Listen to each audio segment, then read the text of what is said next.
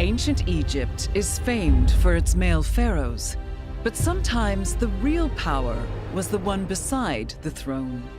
Over 3,000 years ago, one woman rose to dazzling heights and helped Egypt become the most powerful kingdom in the world.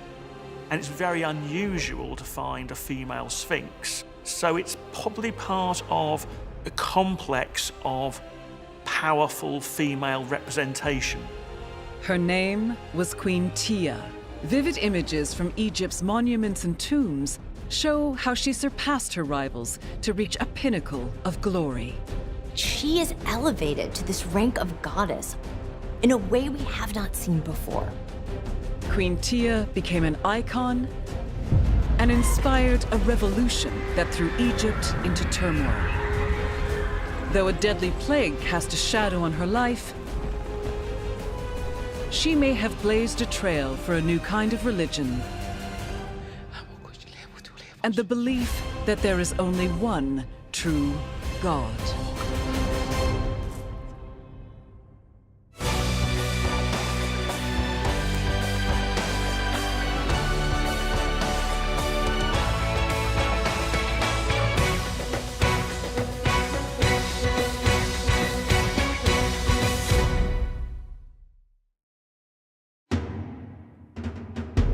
Cairo, Egypt, April 2021. At the Egyptian Museum, a spectacular ceremony unfolds. The Pharaoh's Golden Parade. In a grand procession, 22 ancient royal mummies travel in decorated vehicles, representing the sacred boats that journey to the afterlife. Only 4 of the mummies are queens, but one of them steals the show. As images of her long, lustrous hair start trending on social media, a 3,300-year-old mummy becomes a media sensation. Images of her flood the internet.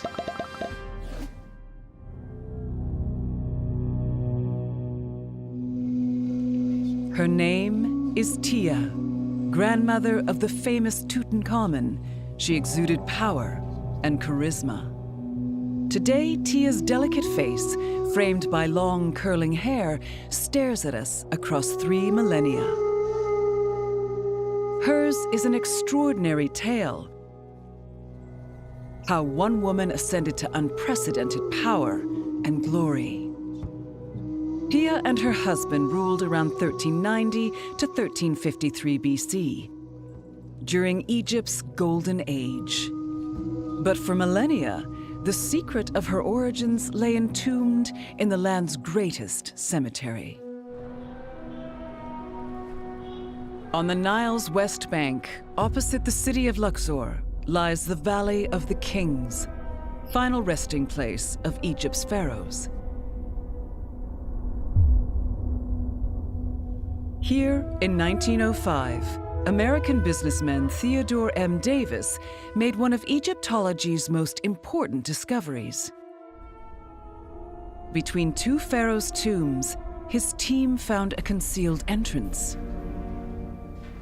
Davis entered a simple, rough-hewn passage unadorned by tomb paintings.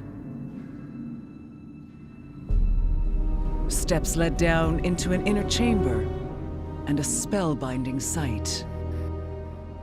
The chamber was as dark can be, and extremely hot. We held up our candles, but they gave so little light and so dazzled our eyes that we could see nothing except the glitter of gold. Every foot of the chamber was filled with objects brilliant with gold. Today, the tomb lies empty. Its precious contents reside in the Egyptian Museum in Cairo.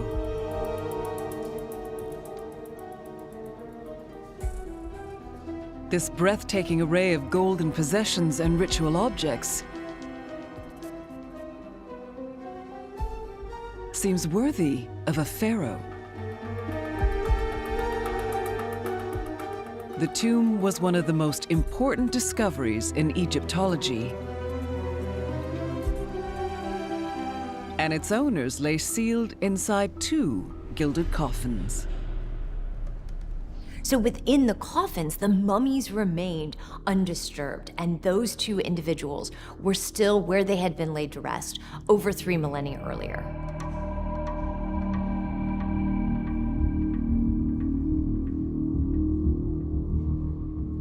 Hieroglyphs on the coffins revealed their names: a husband and wife called Yuya and Thuya. Undoubtedly, they were wealthy and important, but as the inscriptions make clear, they were not a king and queen. So why were they buried in such splendor among the pharaohs? The answer lies not in who they were, but who their daughter was. Inscribed everywhere on Thuya's coffin and grave furniture was her title, Royal Mother of the King's Great Wife. This great wife was Queen Tiye, foremost wife of the Pharaoh Amenhotep III. Once Egyptologists working with Theodore Davis read the names Yuya and Thuya, they knew immediately who they were: the parents of Queen Tiye, because they're listed time and again on historical scarabs from the reign of Amenhotep III, mentioning Tiye as his great wife. The name of her father is Yuya, the name of her mother is Thuya. Tiye is born around 1400 BC. Even at this time, her parents have status. They are wealthy landowners, holding important positions in society.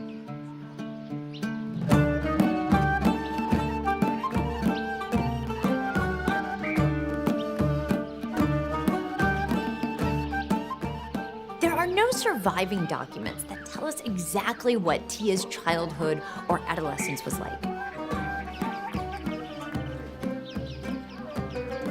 She grew up in a province in Middle Egypt, but belonged to one of the most important of the local families. Her father Yuya is a military commander, while her mother Thuya is a priestess. They seem to have big hopes for their daughter, and she won't disappoint.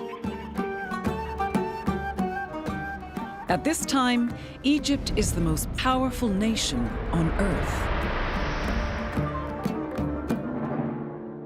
At the beginning of the reign of Amenhotep III, Egypt was probably at its highest point during the Bronze Age. During that time, it directly or indirectly controlled a whole swathe of territory, starting off deep in modern Sudan and reaching up along the coast right up into North Syria. At some point in her youth, Tiye moves to Wasat, modern-day Luxor. This is the center of Egyptian society, and its mighty temples still testify to the glory of Egypt's golden age. Here, Tiye meets the young boy who has just become pharaoh.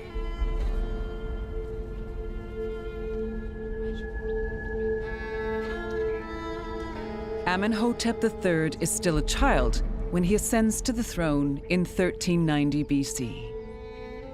But already, he needs a wife, and Tiye's parents have the connections to make her the prime candidate.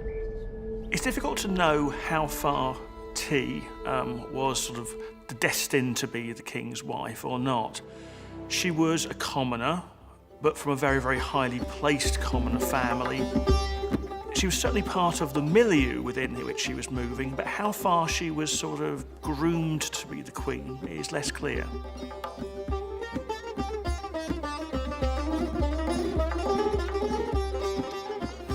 During the second year of Amenhotep's reign, they marry. Both bride and groom are very young, likely about 10 years old. We can't say for certain how Tiye became Amenhotep III's wife. Was this a power play on the part of Yuya and Thuya, or did Amenhotep III actually know Tiye as a child? I'd like to think that they studied together under the tutelage of Tiye's father, Yuya. One thing is certain. Yuya and Thuya have a lot of influence at the royal court. They may even act as regents for the king. They were quite young, and this was just in the beginning of his reign. Queen Tiye, as a person, was very unique. They grew together, and she had a lot of intelligence, a lot of wisdom.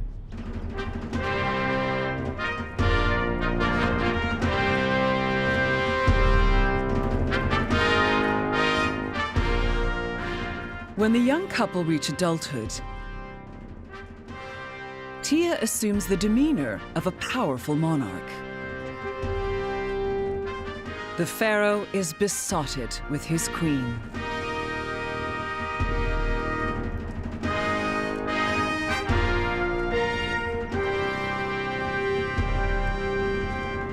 Then, after 10 years of rule, a newcomer appears on the scene. She comes to Egypt from a foreign land, bringing with her great wealth and an entourage of attendants. Her name is Princess Cleopatra of the Kingdom of Mitanni in what is now Syria.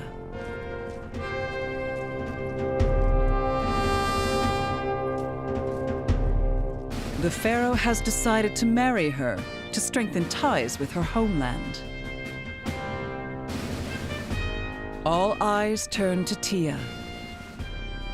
Does she feel threatened by this rival for her husband's affections? Fascinatingly, a royal record survives that describes her position at this delicate moment. In ancient Egypt, scarab beetles have religious significance, so Amenhotep proclaims his new marriage on a scarab-shaped object. But even in this inscription, he gives Tiye special attention. The great royal consort Tiye, may she live. The name of her father is Yuya. The name of her mother is Thuya. Tiye has been given the title of Great Royal Wife, confirming her precedence over Cleopatra. Amenhotep III, like all kings, had more than one wife.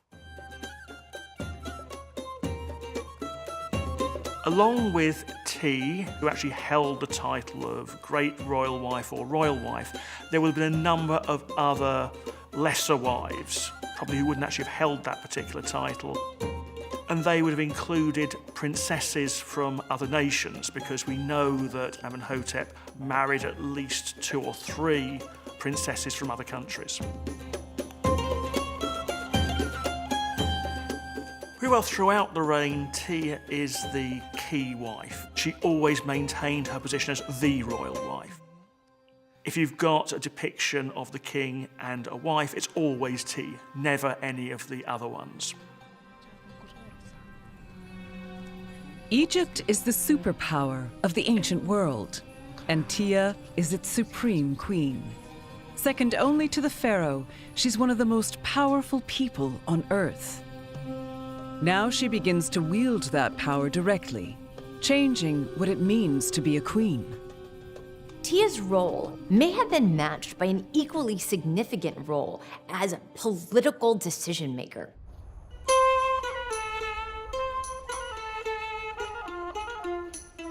In the tomb of Tiye's steward, Keruef, a wall relief reveals the queen's political power.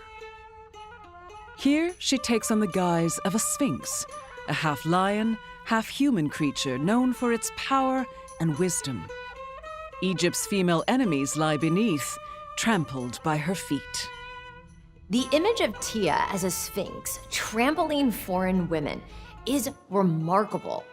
That decoration on her throne, as depicted in the tomb of Keruef, seems to give credence to this idea that Tiye had a diplomatic role, that she actually was involved in foreign policy making during the reign of Amenhotep III.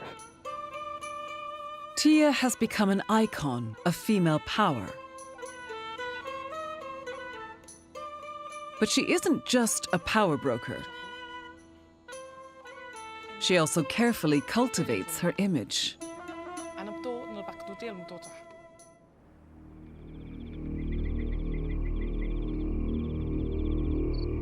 At Qom el-Hitan near Luxor, huge statues stand guard over the desert, the Colossi of Memnon.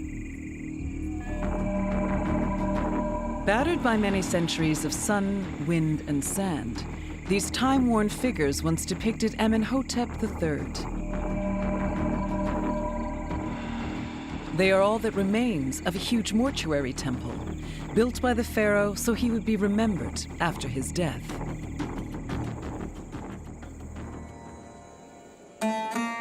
The site also commemorates Queen Tiye.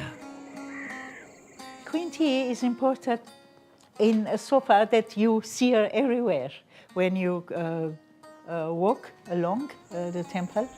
The colossal statues of the king have on the right side of their leg a monumental statue of Queen Tiye. Her status is nothing less than being the great royal consort.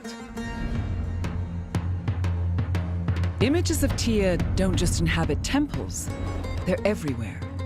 The queen appears on tomb walls, amulets, bracelets, and statues. If Tiye were to have an Instagram page, it would be filled with an incredible diverse array of statuary. She even had her own sculptor, a man named Yuti, and this is unusual for a queen. In particular, there is a lovely little head in the Egyptian Museum in Berlin, which really does show Tiye as being somebody. So you wouldn't want to cross them, a very, very formidable person.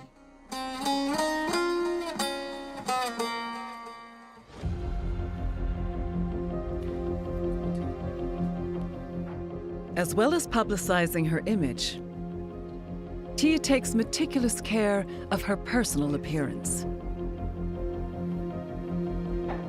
When radiologist Sahar Salim analyzed the queen's mummy, she discovered something extraordinary. Something very unique about the mummy of Queen Tiye. She had beautiful hair, long and curly, reddish from using henna. And it was really very thick. This will tell you that she cared a lot about her appearance. She had her beauty treatment for her hair. Very recently, the hair of the mummy was tested, and the scientists, they found 13 different types of oils that had been put on the hair. Ordinary Egyptians would have looked at Tiye with a sense of awe and fascination, the same way many of us regard celebrities today. From commoner to celebrity queen, Tiye has come a long way. But there's a threat to her power. It comes not from outside Egypt, but from within. North of Luxor, on the Nile's east bank, stands the massive temple complex of Karnak. A great temple dedicated to Amun, the king of the gods, dominates the site. For centuries, Egypt's most popular cult has worshipped this ram-headed deity. Because he's not just the king of the gods, he also controls fertility and creation. Egyptians trust in Amun to keep Egypt safe, fertile, and prosperous. This is partly why the priests who serve the god are so powerful. A man named Maya takes the role of high priest.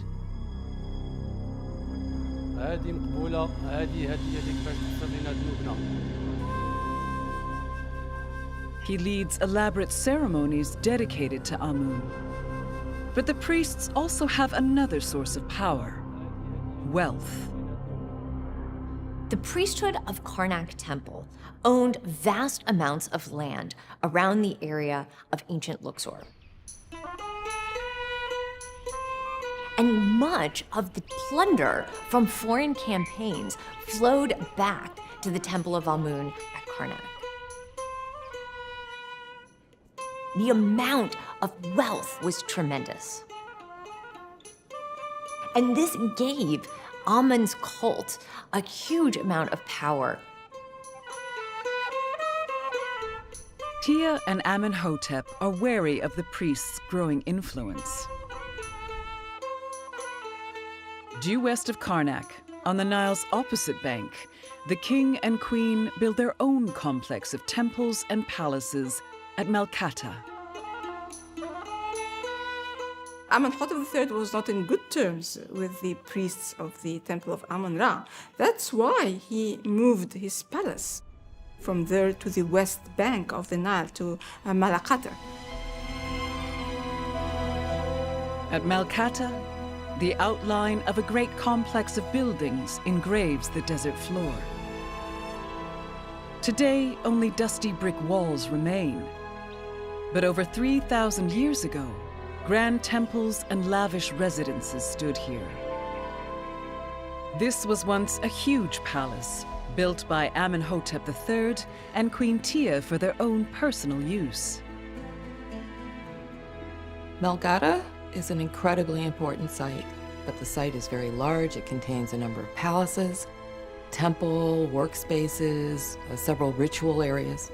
Amenhotep III also built a massive harbor called the Birket Habu to get people in and out of this town, and he landscaped the area with the dirt from this deep harbor.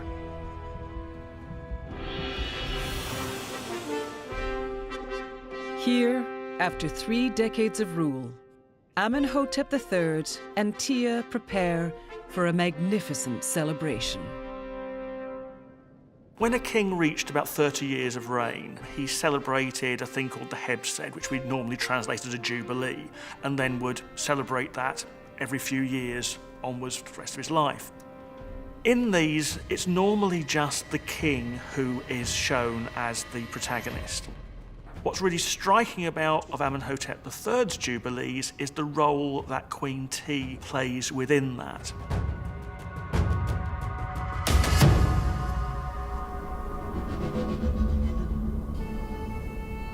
An extraordinary visual record of this lies hidden in the tomb of Kerouef.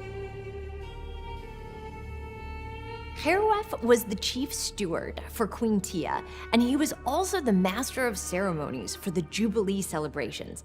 And in his tomb, we have the most detailed representations of what happened during the first Jubilee.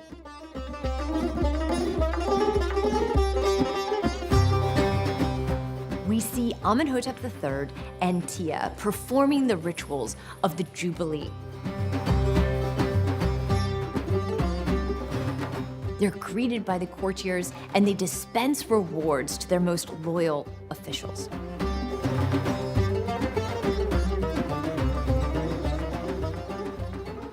In the next part of the ceremony, the courtiers witness a dramatic transformation.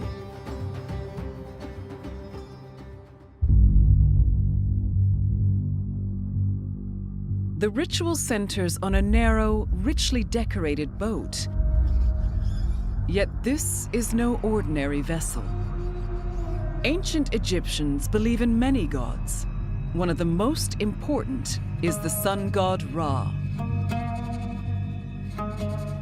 Every day he sails into the heavens on a boat called the Day Bark. Every night, the sun god dies in the west.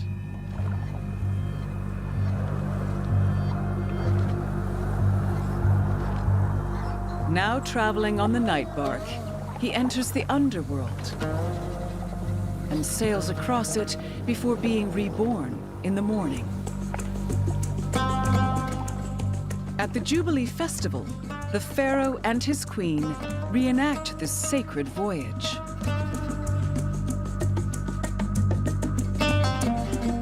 There was a large lake built by Amenhotep III, and he used that lake to navigate in a model of the solar boat, of the day bark and the night bark.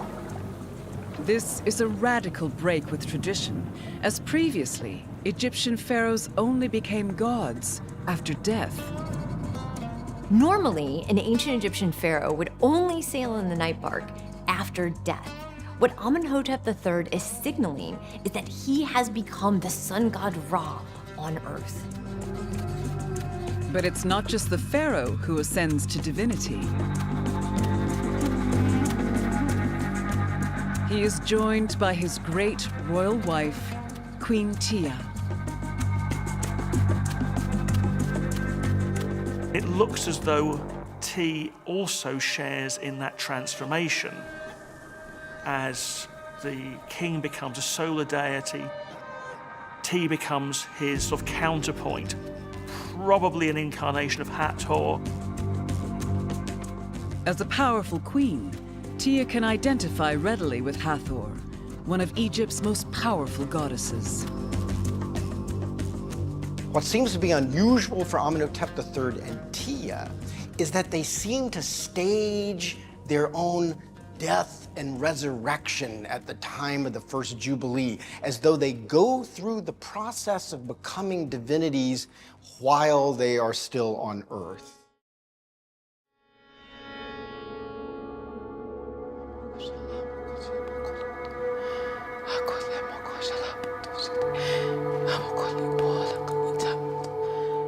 It's a dramatic and unprecedented moment. Tiye is now the pharaoh's equal, something no other Egyptian queen has yet achieved. There had been powerful queens prior to Tiye, but she is elevated to this rank of goddess in a way we have not seen before. Even in statuary, Tiye can be at the same scale as Amenhotep III, as if she is on an equal footing with him as Queen of Egypt. If Tiye's ambition was to transcend the mortal world, then she has succeeded. Alongside the pharaoh, she'll now be treated as nothing less than a living goddess. But where did she accomplish this divine transformation? For years, Egyptologists have searched for the sacred lake where the pharaoh and his queen sailed on the solar boat. An item in New York's Metropolitan Museum of Art could help solve the mystery.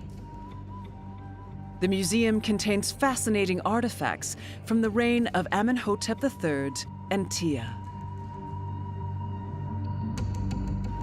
Here, a scarab inscription reveals that the lake was an artificial one, built specially for the ceremony. His Majesty commanded to make a lake for the great royal consort Tiye. Its length is 3,700 cubits. Its width, 700 cubits. Going by these measurements, the lake was around a mile long and 1,000 feet wide. The artificial lake is something that's come up many times. It was originally thought to be the harbor area at Malgata, but it's been agreed on by Egyptologists that it is not the Birket Habu. The harbor is way too big for what is described in the scarab.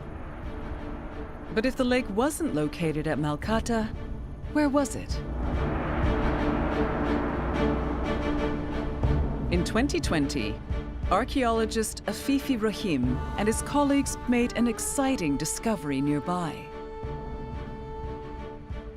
Searching for a temple of the pharaoh Tutankhamun, they uncovered something completely different. A forgotten city that had lain buried in the sands for millennia. When we just start digging here in this area, we discover immediately this mud bricks wall. And from the beginning, we discover this mud bricks wall is belonging to a city, not a funerary temple, because the city walls is thin walls, not a very thick walls like the temple's walls.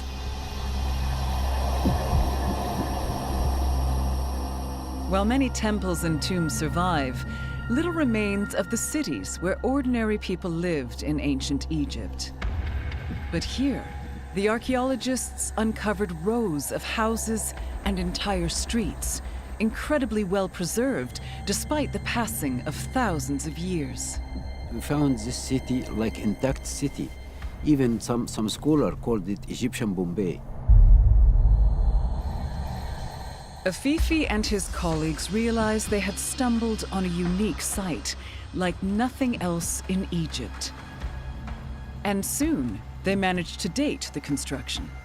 Some of the earthenware found at the site had hieroglyph inscriptions, revealing the city was built during the reign of Amenhotep and Tiye. We found a lot of the bust statues for the Queen Tiye, small bust statues in many shapes and different colors for the Queen Tiye. Afifi believes the statues relate to the pharaoh's Jubilee celebration. And it could be that the celebration took place here in the Lost City. Because the archaeologists have also made another important discovery. By the end of the last season, we discovered a very big lake to the north of the city. The lake has long since dried up, but it was located directly beside the pharaoh's great mortuary temple. It's the best candidate for Amenhotep and Tiye's sacred lake. If you think logically, this lake was very close to the temple of Amenhotep III and very close to the celebration site. So I think maybe this lake was just to celebrate the Jubilee for the king. This could be where Tiye and Amenhotep transformed into gods. But the archaeologists also found something arguably even more significant. In this highest room, which we discovered in the city, we found that there is a sun disk written with a white color and with some hands come from the sun disk. And this is the first symbol for Aten in this city.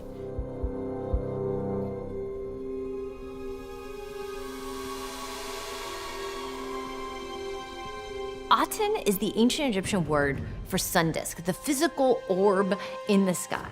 But during the reign of Amenhotep III, Aten becomes a more significant god in his own right, not simply Ra, the sun god, but a form of Ra to be embodied by the king.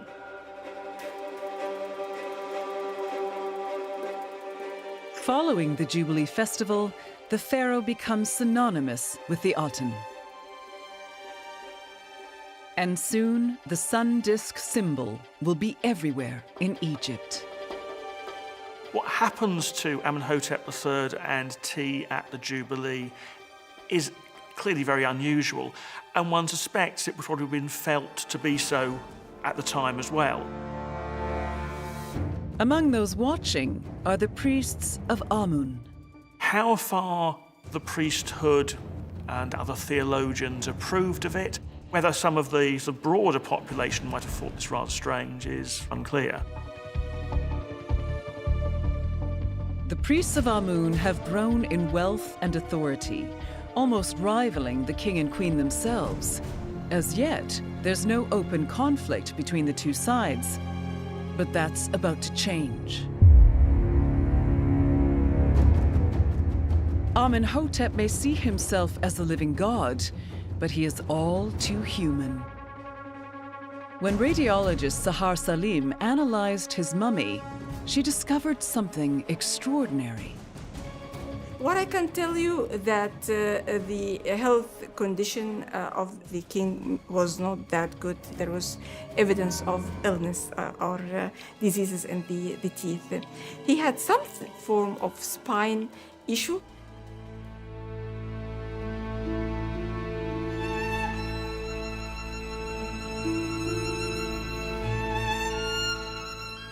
Around 1353 BC, Egypt is rocked by devastating news. At almost 50 years of age, the pharaoh has died. Tiye had married Amenhotep III very early on in his reign. Their marriage carried on for nearly 40 years, during which time they had produced a number of sons, a number of daughters, and then he dies.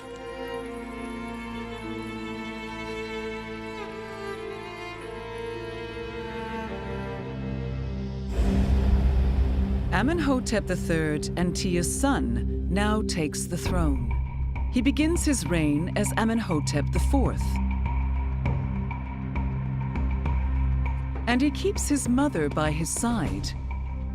He takes a queen, Nefertiti, and together the royal couple follow in his parents' footsteps.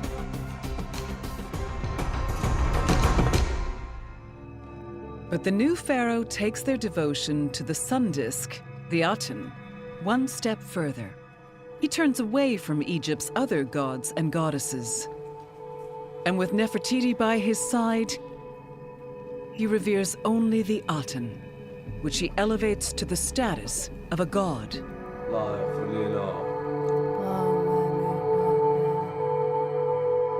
He even changes his name from Amenhotep IV to Akhenaten, which means literally beneficial to Aten. I think that the whole transformation into deities of Amenhotep III and Tiye during the Jubilees must be the basis for what Akhenaten later does. Akhenaten treats his god Aten as though he is his own father. He calls him his father. Aten essentially takes the place of Amenhotep III.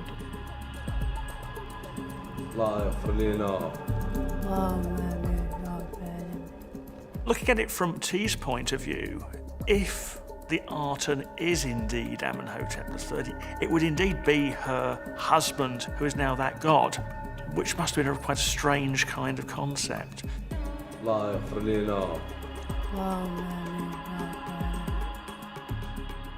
Akhenaten now decrees that only the Aten can be worshipped.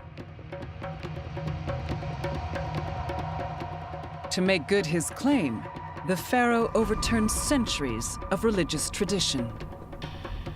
At the temple of Karnak, he curtails worship of Amun and the other Egyptian deities. What Akhenaten was doing was saying that the Aten is the only god who matters, and what he then does is basically cuts off the funding to all the other ones. Akhenaten reserves his deepest ire for Amun, who was traditionally revered as king of the gods. For Akhenaten, the top god was the Aten, and it was for the presumption of claiming to be king of the gods that Amun gets hacked out of the monuments.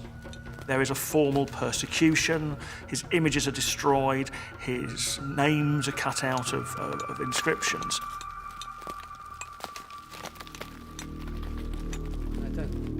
غادي يحاول يحارب الدولة وينشر فكر جديد وديانة جديدة وينشر ديانة جديدة. In this dramatic religious upheaval, the priests of Amun have the most to lose.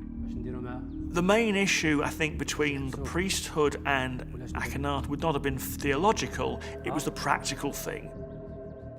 Most of the major cults are sustained by state funding, and having all that state funding removed must have been pretty galling for them, because you've got a whole load of unemployed priests out there. The pharaoh is ready to counteract any possible rebellion. He orders Maya, the high priest, to leave Karnak. جاتني رسالة من عند الملك يقولوا باللي أخناتن غادي يقتلنا كاملين. Akhenaten sends the high priest of Amun, Maya, to oversee quarrying activity in the eastern desert. This might be the king removing the high priest from the immediate vicinity of Karnak. يلا سربوا يلا. The pharaoh then dismisses the remaining priests.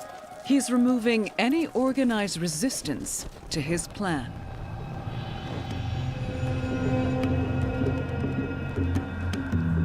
Akhenaten is determined that Egypt will have one and only one true God. To signal a clean break with the past, he moves his court to the remote desert, some 200 miles north of Luxor. Here, he builds a shining new city dedicated to worship of the Aten. Akhenaten removes himself to a new site that he calls Akhet Aten, horizon of the Aten. He says that Aten himself helped choose the site. Also called Amarna, the city has residential areas, workshops, tombs, and temples. Grandest of all is the Great Temple of Aten. Today, only its bare outline remains. But in its heyday, it is a magnificent sight. Here, Akhenaten will realize his grand vision for Egypt. But what about his mother, Tiye? No inscriptions have survived to tell us what she thought of her son's brave new world, but clues remain, concealed in the recesses of Amarna. The surrounding hills contain many tombs, and one of them opens a door into Tiye's mind. In this tomb, a wall relief shows Tiye sitting having dinner with Akhenaten and his queen, Nefertiti. The benevolent rays of the Aten shine down overhead. This is one of several reliefs where Tiye appears alongside the pharaoh. The reliefs appear to suggest that Tiye was fully on board with the religious changes made by Akhenaten and Nefertiti. The Aten shines down on Tiye and her son, but Akhenaten's new religion remains controversial. His mother helps and guides him during this challenging time. Queen Tiye supported her son. Although Akhenaten was a courageous guy, the mother, with all her power and intelligence and wisdom, she stepped in to support her son. This was even shown in the royal tomb in Amarna. All of this will tell you that she could be part of the cult. In fact, Tiye may have gone even further. Hidden in Amarna is a clue that she helped construct this new city dedicated to the Aten. In the bordering cliffs, a mysterious entrance beckons. But this is no tomb or temple. It's an ancient limestone quarry. It provides stone for the construction of temple buildings, and its owner is none other than Queen Tiye. We certainly have plenty of evidence for Tiye's presence at Amarna. There's a quarry where the inscriptions imply that it was for buildings to be associated with her. It's entirely possible that Tiye, as the owner of a quarry, contributing to the construction of Akhet Aten, perhaps even contributing to the construction of the great temples of Aten themselves, showing the power of the queen. Tiye doesn't just support Akhenaten's new regime, she helps create it. But why? The answer could lie in the religious journey she herself undertook. Tiye survives Amenhotep III. She provides continuity between the reigns of Amenhotep III and Amenhotep IV. The fact that Amenhotep IV copies and expands upon the activities of his father might be some argument for Tiye exerting an influence over the thoughts and the plans of her son.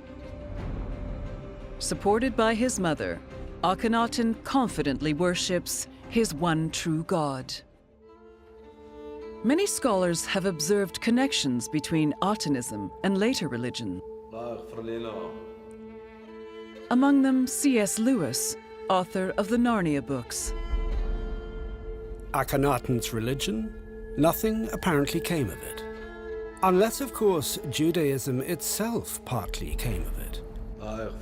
It is conceivable that ideas derived from Akhenaten's system formed part of that Egyptian wisdom in which Moses was bred. Akhenaten even anticipates the New Testament.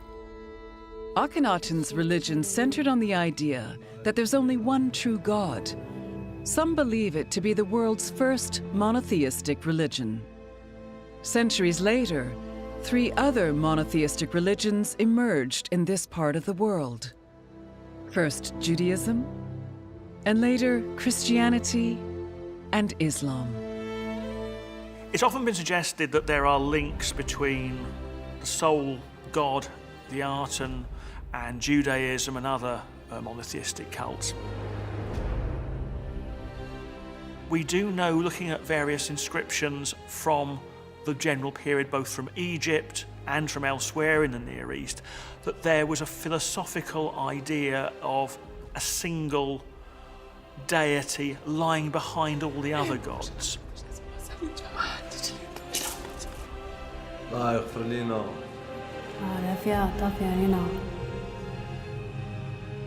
And it's probably that idea of a unity of divinity which may also have encouraged the whole idea of monotheism amongst the proto-Israelites. The idea that a single god would dominate the world's religions must have seemed plausible during Akhenaten's reign.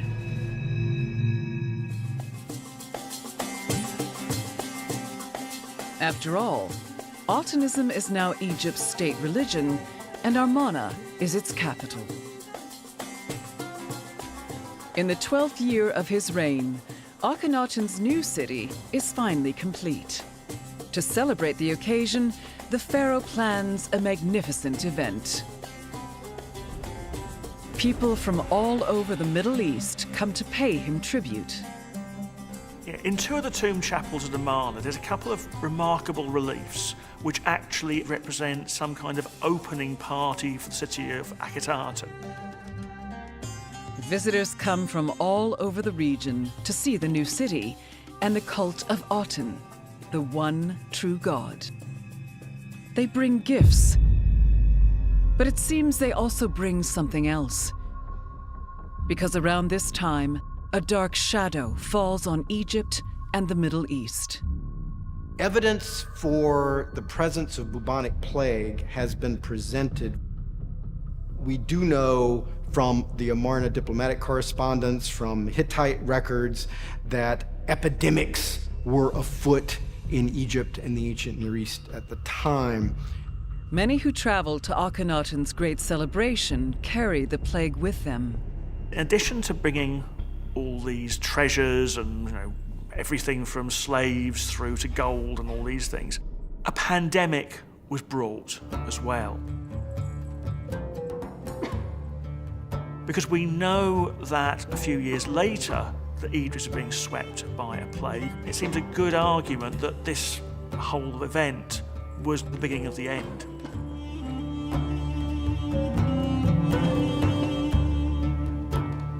Within a couple of years of this great event, half the royal family are dead. And Queen Tiye is among them. She's probably well into her 50s by the time of her death. It could have been a combination of susceptibility owing to age that helped carry her off, possibly having contracted whatever this disease was.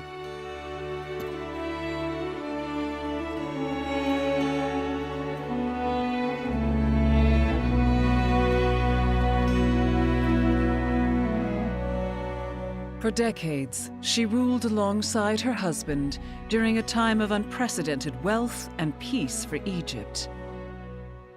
She was revered as a living goddess, and she inspired ancient Egypt's great religious upheaval. But perhaps her greatest impact lies in what happened long after her death.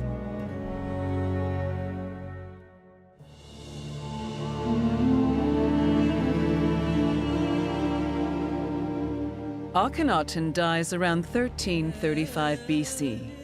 With his passing, the religion of Atenism falls apart. Akhenaten's son, the famous boy king Tutankhamun, now takes the throne. The new pharaoh abandons Amarna and returns the royal court to Luxor.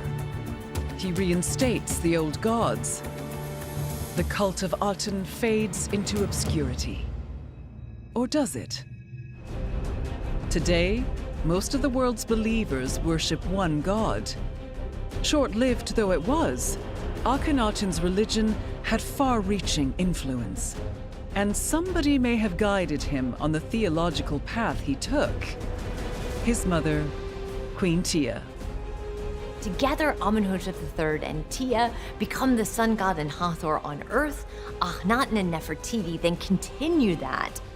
It is likely that Tiye did influence the beliefs of her son. She would have been involved in the development of his religion.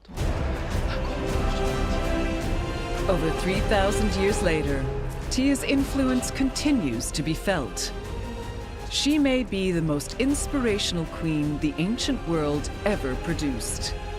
Today, we still celebrate her fascinating life, her enduring legacy, and the extraordinary charisma that made her the star of the Pharaoh's Golden Parade.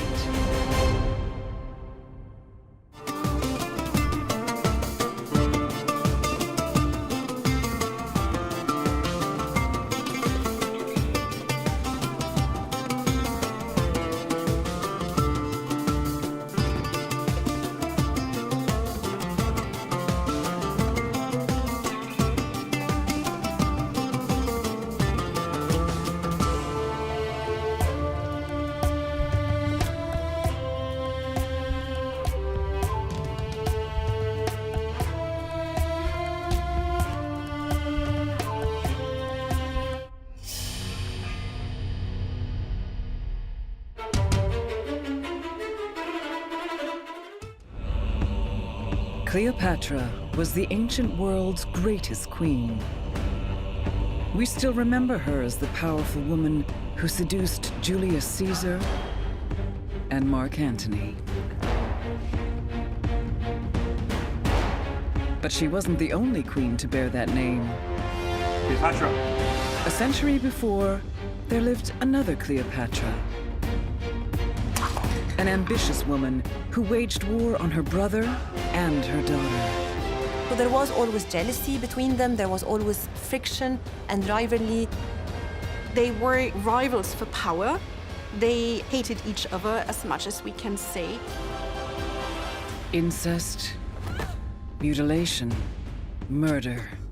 A tale so grotesque and appalling, it almost seems invented. Archaeologists have uncovered a unique history, sunken in the murky waters and carved on the walls of magnificent temples. This peaceful seeming relief obscures anger, frustration, and virtually deadly conflict. This is the story of a family torn apart by a lust for power. But as Queen of Egypt, Cleopatra II saved her dynasty from destruction. She wielded great power and would do anything to keep it.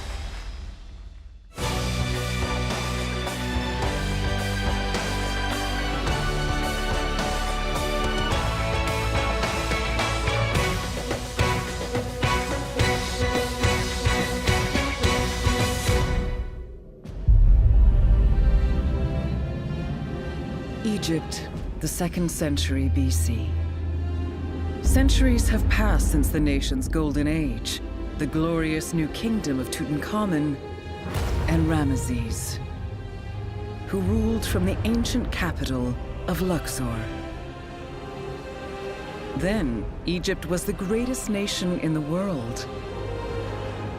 But by the 2nd century BC, it's no longer a superpower. And its rulers now are not Egyptian, they're Greek. In this Greek-led Egypt, a woman called Cleopatra II will come to power.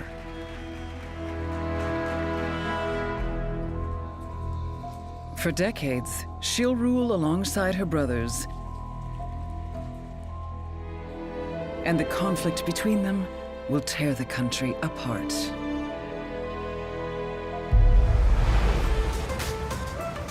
These dramatic events unfolded not in Luxor, but far to the north on Egypt's Mediterranean coast. With its busy harbor and modern high-rise buildings, Alexandria today looks much like any Egyptian port. But this was once a Greek city, the greatest in the ancient world, founded by a king of kings, Alexander the Great. In 332 BC, Alexander takes control of Egypt before leaving to pursue other conquests. Some years later, Alexander dies, and his generals divide his empire between them. Egypt and its new capital, Alexandria, fall into the hands of a man named Ptolemy, one of Alexander's greatest generals.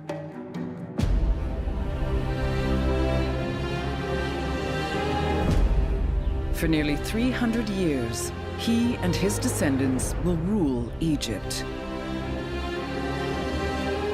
Every one of these kings will bear the name Ptolemy. When the Ptolemaic rulers came to Egypt, they faced the immense task of creating an identity for their country, because they were of Macedonian Greek origin. So they needed to be rulers for both the Greek-speaking population and the Egyptian population. Under the Ptolemies, Alexandria becomes the Mediterranean's most prosperous port, carrying on lucrative trade with India and Arabia. The wealth of the East pours into Alexandria's markets. Alexandria in itself, we have three main groups and three main population groups. Number one, we have the Greeks who had recently arrived since the conquest of Alexander. Number two, we have a prominent Egyptian population within the city. And number three, we have a Jewish population within the city. Though the Greeks make up less than a third of Egypt's population, they're the ones who profit most from the booming economy. But this prosperous land is about to descend into chaos.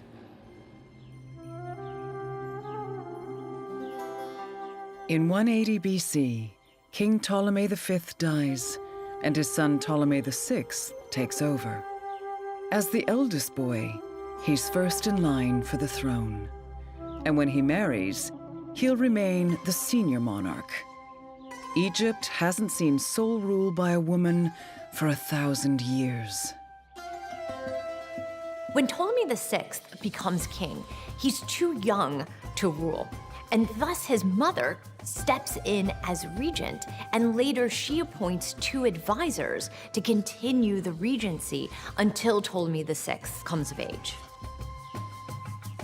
He's one of 3 royal children. He has an older sister, Cleopatra, and a younger brother, also called Ptolemy, but better known by his nickname, Physcon.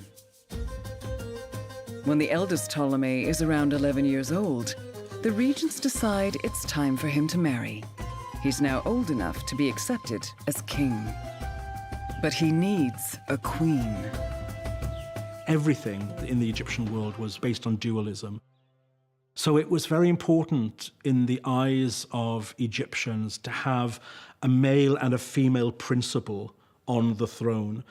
It was like a kind of yin and yang, I suppose. So the presence of a woman is fundamental to the running of Egypt. In the town of Edfu in southern Egypt, there stands a colossal monument, the Temple of Horus. In the mysterious inner sanctum, a model boat represents the sun god's celestial journey. Ptolemy VI appears on the walls nearby.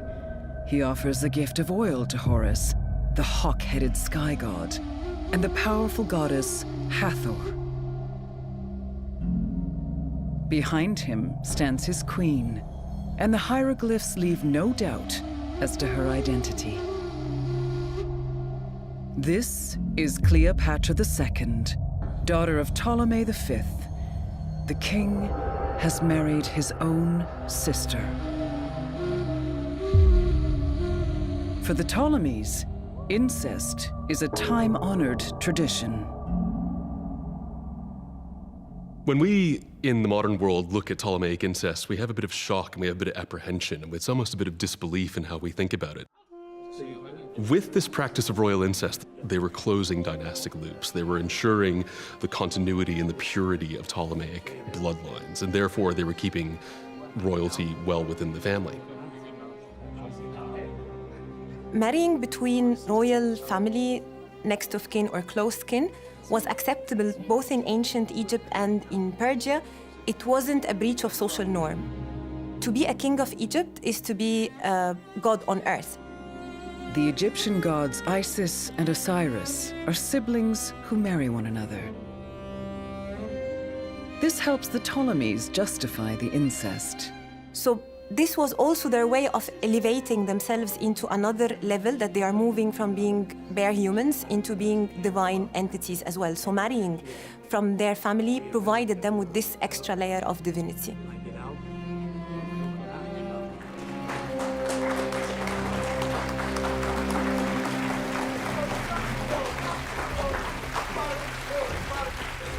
Still just 10 years old, Cleopatra is now Queen of Egypt. She's married to and rules alongside her brother, the Pharaoh. But their younger brother, Physcon, is not happy at being sidelined. He believes he has just as much claim to the throne. Even as a youth, Physcon is shrewd and cunning. Someday, he'll make a play for power.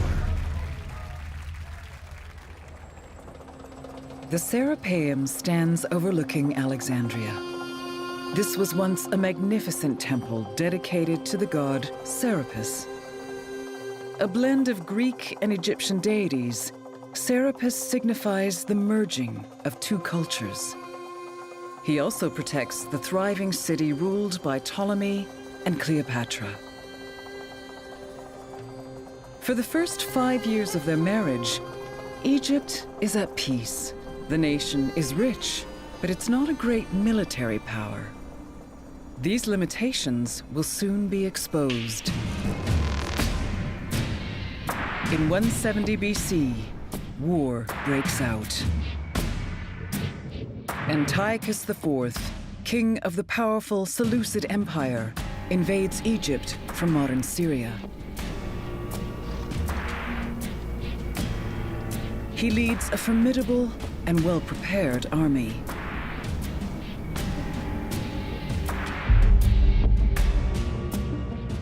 Which is far stronger than Ptolemy VI. Ptolemy VI sends out the Egyptian forces against the Seleucids. They are met and defeated rather quickly by Antiochus IV, who then marches on Alexandria. With his army defeated, Ptolemy's options are limited. But strangely enough, so are Antiochus's. As a foreign king, he won't easily be accepted. Ptolemy VI apparently goes out to meet Antiochus IV and reaches a settlement whereby he essentially becomes a vassal of the Seleucid state. Back in Alexandria, the people are far from happy. They have no desire to be dominated by Antiochus, with Ptolemy as his puppet king. There's a tempting opportunity for someone else. Now older, Physcon is assertive and ambitious. A royal son, he feels he has a right to power. And the people's anger strengthens his position. We can't go back in time and meet either Ptolemy VI or Ptolemy VIII Physcon, but from the ancient sources, it seems that they had very different personalities. Ptolemy VI, a competent and serious ruler; Physcon, an indulgent, cruel, and conniving character.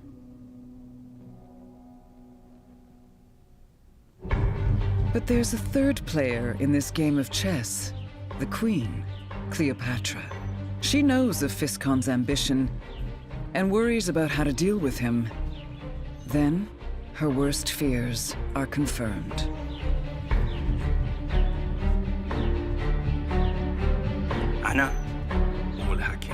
The people of Alexandria have made Physcon their ruler, King Ptolemy VIII. Egypt now has two rival brother kings. This threatens to tear Cleopatra's family and the country apart. So in the summer of 169 BC, it seems like Egypt is carved into two. On the one hand, we have Ptolemy VI in Memphis, supported by Antiochus IV. On the other hand, we have Alexandria had declared Ptolemy VIII its own king. So it seems as if Egypt is going to fall apart at the seams, and it seems as if we are going to have this rivalry between Ptolemy VI and Ptolemy VIII and their supporters in both parts of the country. Amid the turmoil and confusion, ordinary Egyptians are losing faith in the monarchy. Cleopatra must regain their confidence. The writings of the prophet Hor, dating from this time, suggest that the queen tried to link herself to Egypt's greatest goddess, Isis. Cleopatra, she was Greek but equally purely Egyptian too, born and bred in Egypt. So she was quite familiar with the Egyptian local traditions. Usually Isis was referred to from her motherhood perspective. She was a protective goddess. Cleopatra's connection with the goddess makes her popular with the Egyptian people and a political force to be reckoned with. She was equally familiar with the best means to reach out to people's hearts as well as minds. It's also a reflection of how politically attuned she was.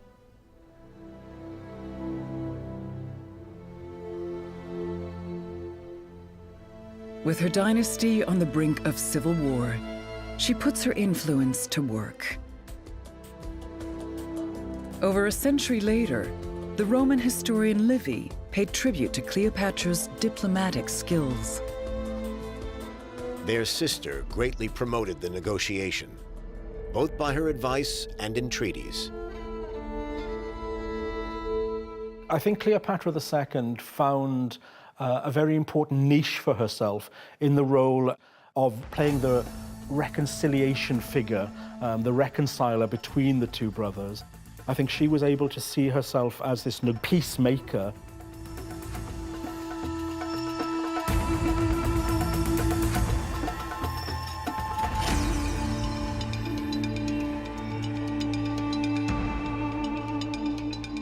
She must have been a very skilled woman to have understood the failures and strengths of her brothers to be able to bring them back to some kind of unity.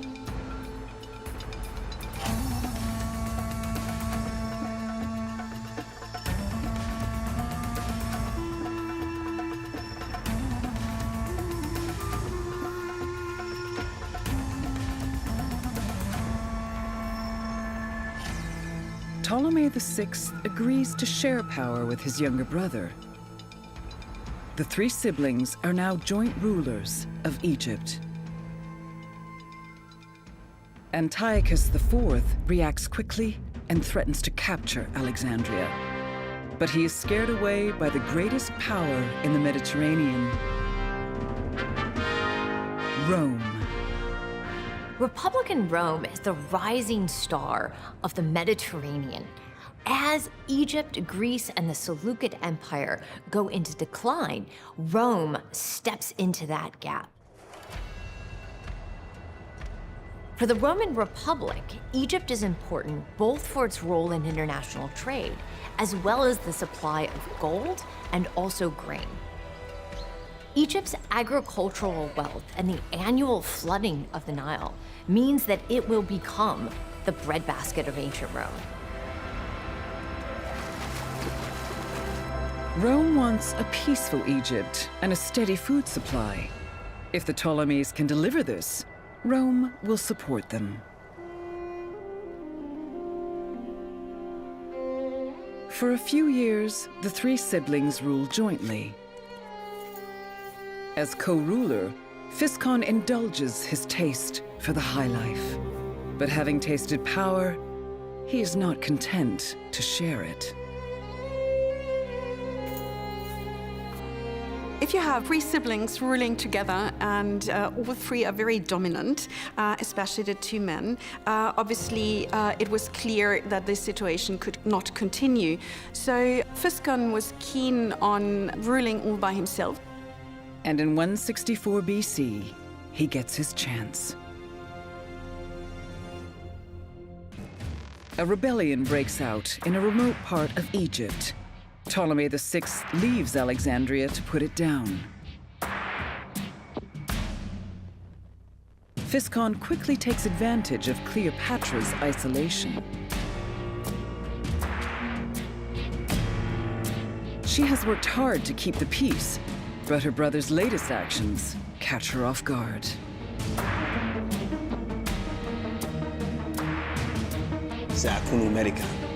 Physcon has staged a sudden and dramatic coup, expelling his siblings from power. He is now Egypt's sole king.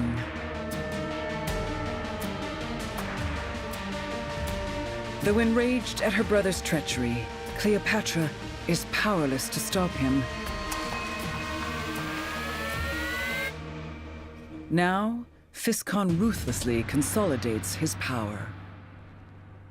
Ptolemy VIII promptly rids himself of the former supporters Ptolemy VI, the Jewish mercenaries who are resident in the city, and the intellectual elite of Alexandria who are either exiled or banished. But the coup will be short-lived. Physcon tries to get the Roman Senate on his side, but they refuse to support him. Instead, Rome sends an ambassador to oversee another reconciliation between Physcon and his siblings. Ptolemy and Cleopatra return as rulers of Egypt, but they know Physcon can't be trusted. They need to get him out of Egypt, so they offer him rule of a distant colony. Cyrene lies some 500 miles to the west. Today, it's part of Libya. Installed there as ruler, Physcon is out of harm's way. For now.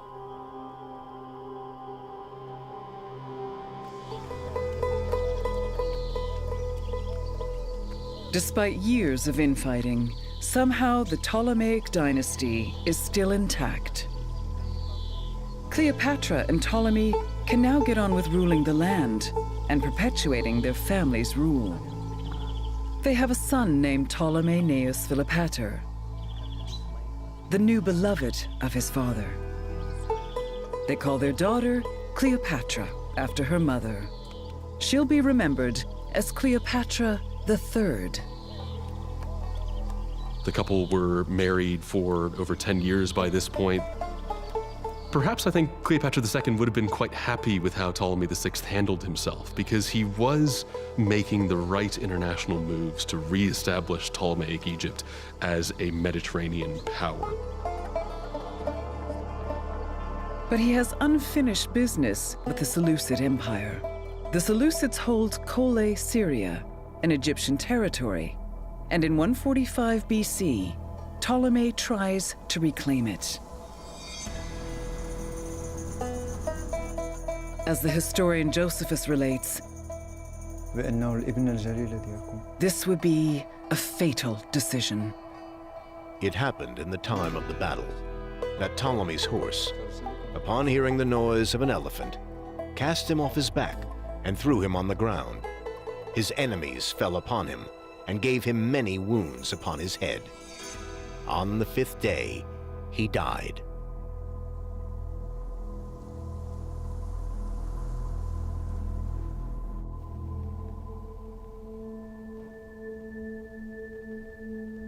The news of Ptolemy's death hits Cleopatra hard. In Alexandria, she holds a ritual of lamentation. And she was married to her full brother in order to strengthen the dynasty. Stayed loyal to him from the time she married him, so it seemed to have been a dynastic alliance, but it seemed to have been a good alliance. With her husband gone after 30 years of marriage, Cleopatra must secure her future. Somehow, she must hold on to power. It's the only way to protect her son, Ptolemaeus.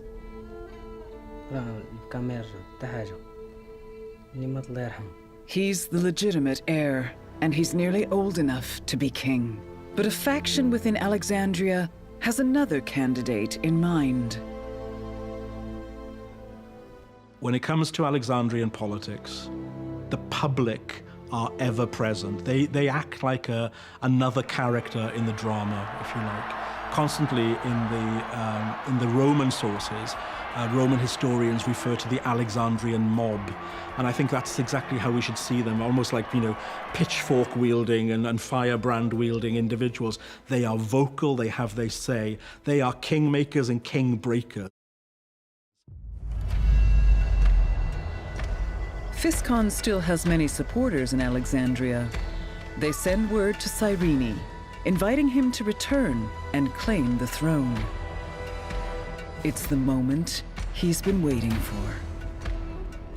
He rushes back to Alexandria. And yet again, he claims the throne of Egypt. Now, only Cleopatra's son can challenge him.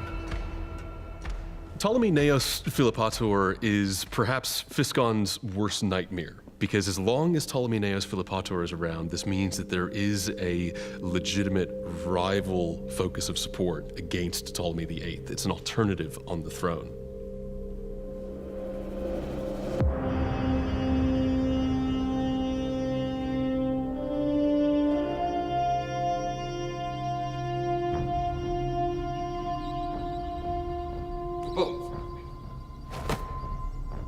Physcon resolves to deal with the boy. But only when the time is right. In the meantime, he needs a queen. I don't think that Ptolemy VIII, when he seizes the throne, could have done without Cleopatra II. We know that she was actually very popular with the populace, but in particular in Alexandria. So first of all, she was a link to continuity that Physcon really needed to have there. He needed Cleopatra II on his side in order for his new regime to work. I think getting rid of Cleopatra II would have been really detrimental to that.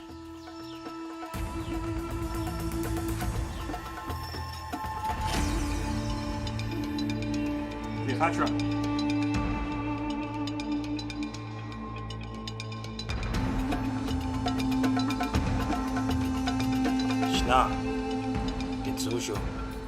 Whatever Cleopatra's personal feelings about Physcon, she has little choice. Marrying him is her only way to stay on as queen.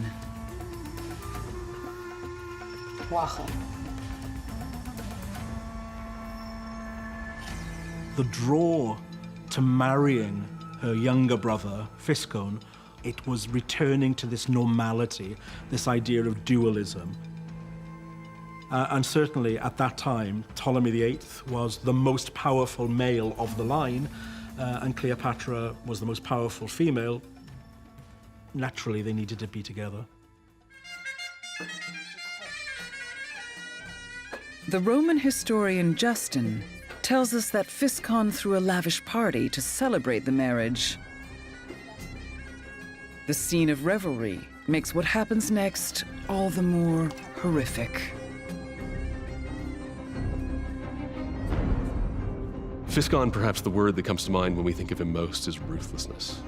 He has this cold side to him. He has a vindictive streak. There is a maliciousness, perhaps there is a malevolence in Ptolemy VIII. Cleopatra may hope that marrying Physcon will protect her son, but if so, she's tragically mistaken.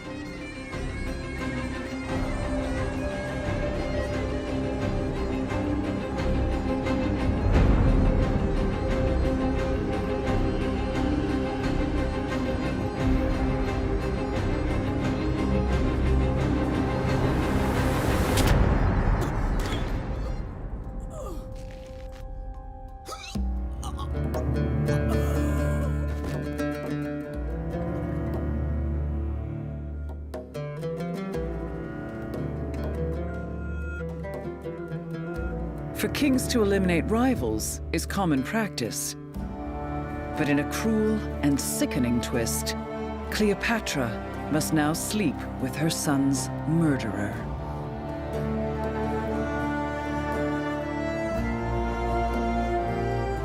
By all accounts, it's safe to say that Physcon intended to rule Alexandria through a campaign of fear.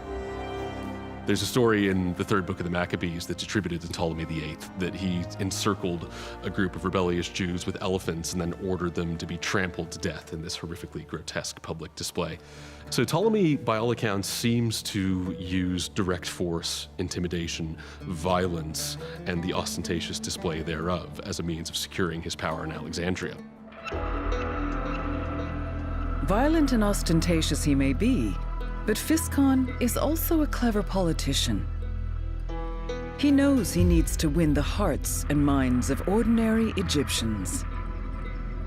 Clues to how he did this are preserved here at the Temple of Horus in Edfu.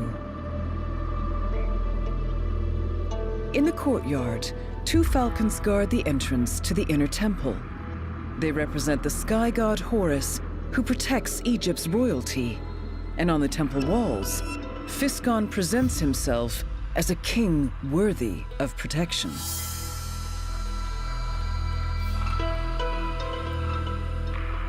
In this magnificent relief, Ptolemy VIII, Physcon, appears as a mighty pharaoh, wearing the crowns of Upper and Lower Egypt.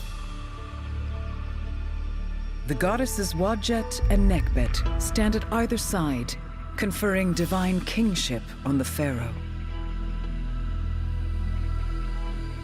In other temple reliefs, Physcon appears alongside his wife. Here, he and Cleopatra face Thoth, the moon god with the head of an ibis. When looking at the temple reliefs, particularly of Ptolemy VIII and Cleopatra II, and seeing the peaceful relationship they've got, this was not the reality of things. We need to remember whatever exists on the temple had to conform with the religious traditions. It had to conform with the political system that existed. In reality, Ptolemy VIII and Cleopatra II, there was so much tension between them, which is totally different than what we see on the temple. A young boy also appears in the temple scene. His presence signals that, however troubled their relationship, the king and queen did conceive a child. Around the time of her husband's coronation, Cleopatra gives birth to a son. He's named Memphites.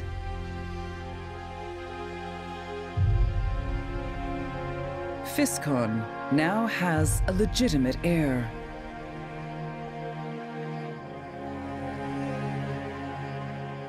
And Cleopatra has shored up her own position as queen.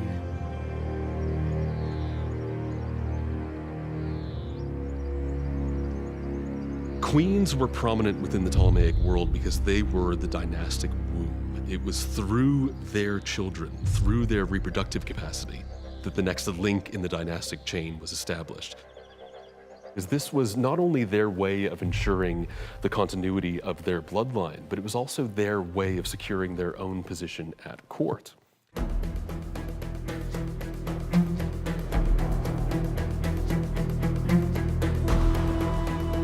Marriage to Physcon is a necessary evil for Cleopatra II, but she has proven herself a born survivor.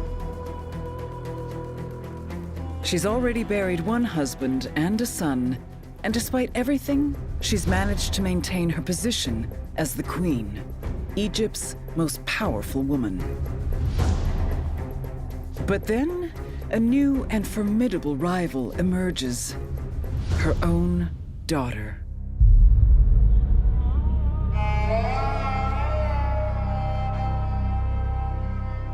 Northeast of Alexandria lies the town of Abu Qir and its tranquil bay.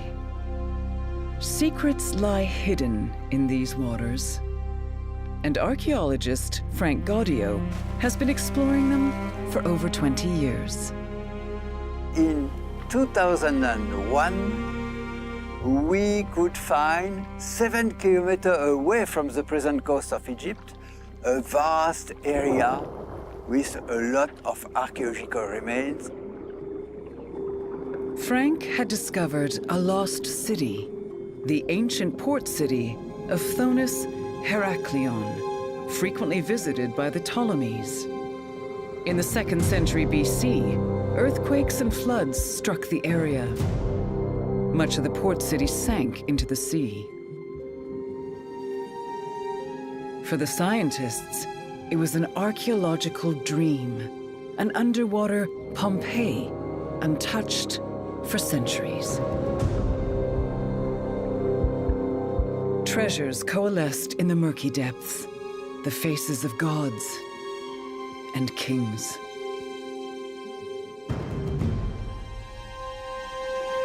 And then, a stunning find. A black granite statue of a royal female dressed as the goddess Isis. Archaeologists dubbed her the Dark Queen. Most of the time, when we are discovering a statue, it is broken in several pieces. It was the case of that Black Queen. We first discover the bust, then the head, the legs, and we could reconstitute that beautiful Black Queen. Who is she? The team carefully raised the pieces to the surface and sent the statue to the Alexandria National Museum. Only then, based on similar statues, were they able to identify the Dark Queen. She's Cleopatra III, the daughter of Cleopatra II and Ptolemy VI. The existence of this magnificent statue shows she became just as powerful as her mother. She too was a queen, but her reign began in sinister and horrific circumstances. And central to this is Physcon's ambition. A few years have passed since he married his sister wife, Cleopatra II. She's now past childbearing age. Meanwhile, her daughter has grown up, and Physcon takes notice.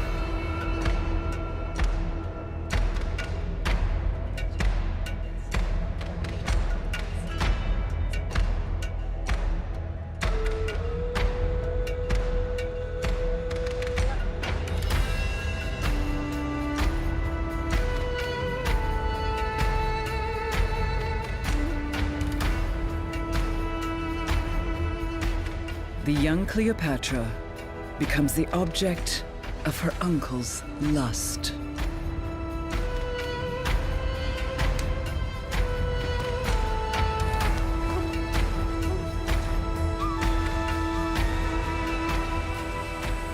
The sources we have dealing with Cleopatra III's relationship with Physcon are quite complex and very often contradictory. In fact, the same source, Justin, gives us two very different accounts. When he begins to talk of her reign, he very much focuses on the idea that what we're dealing with here is a rape, that Cleopatra III, a young woman, is raped by her uncle, becomes pregnant by him. But in the same text, as Justin sums up Cleopatra III's life, he takes a completely different stand and he says, oh, Cleopatra was a manipulative woman and she maneuvered her uncle into her bed. So it's very difficult to get a clear picture on what happens there.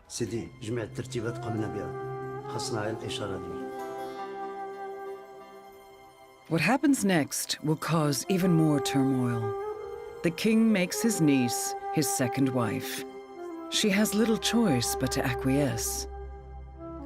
But Physcon is still married to Cleopatra II. Egypt now has two queens, and for the older one, it's a devastating outcome. Cleopatra II was a very powerful queen. Relations with her brother husband were strained. Now, it must have come as a shock that he married her daughter. That meant that she lost some power. Legally, Cleopatra III had the same status as Cleopatra II. They were both called Basilissa, Greek for queen. So it must have been a very difficult relationship between the two women.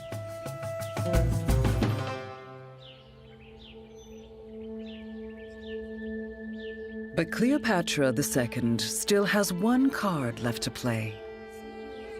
Some years later, Memphites, her son with Physcon, turns 12. He's now at the age when the Egyptian people will accept him as king. Cleopatra wants to hold on to power at all costs. Her best way to achieve this? To put her son on the throne. But it's a tight window of opportunity, because Physcon now has 2 sons with Cleopatra III. Soon, they too will be old enough to challenge for the kingship. Ptolemy VIII Physcon had spent a great deal of time trying to undermine the sources of support for Cleopatra II. But Cleopatra II certainly wasn't down and out, and despite Physcon's best efforts, she was still very much a force to be reckoned with in Alexandria. Physcon's brutal actions have alienated many Alexandrians. Cleopatra is now their preferred monarch. In 132 BC, she strikes a sudden blow, catching Physcon off guard. With her domestic support in Alexandria and in the north of Egypt, seems to incite the Alexandrian mob against Physcon. There's an attack on the palace. As a result of this, Physcon and Cleopatra III then flee to Cyprus.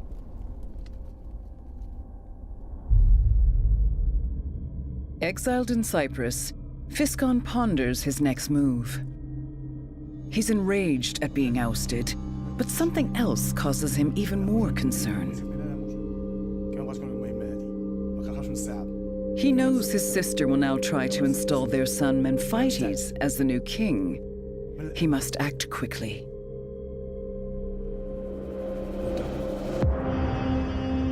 Somehow, Physcon manages to entice Memphites to come and join him in Cyprus.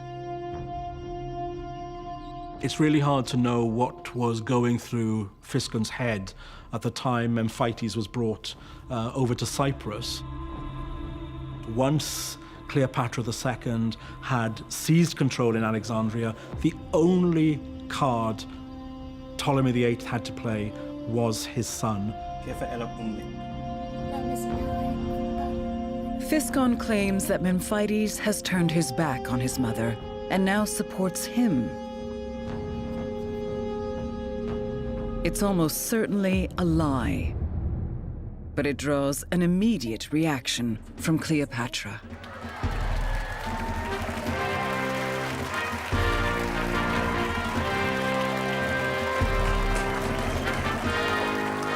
She takes power in her own right as sole ruler of Egypt.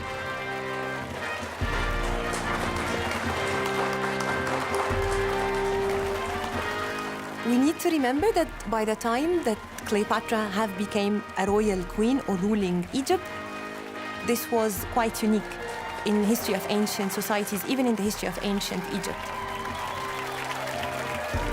Cleopatra's achievement can't be understated. She's Egypt's first sole female ruler in 1,000 years. She and Physcon have been playing a tense game of political tit-for-tat. It's impossible to say who will come out on top. But news of Cleopatra's latest move sends the exiled king into a frenzy.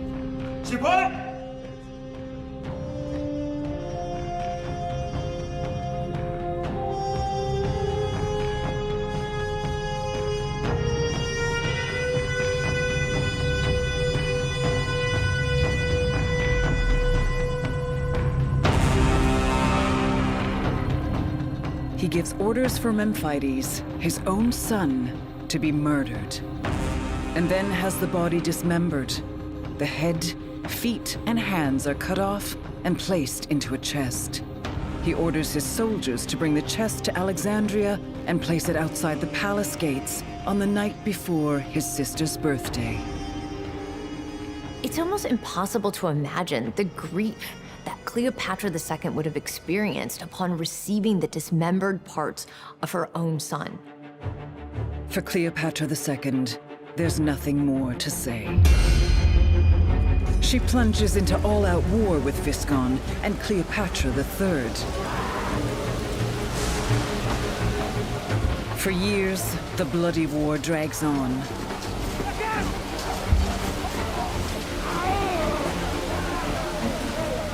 Neither side can win it, and neither side can rule Egypt without the other.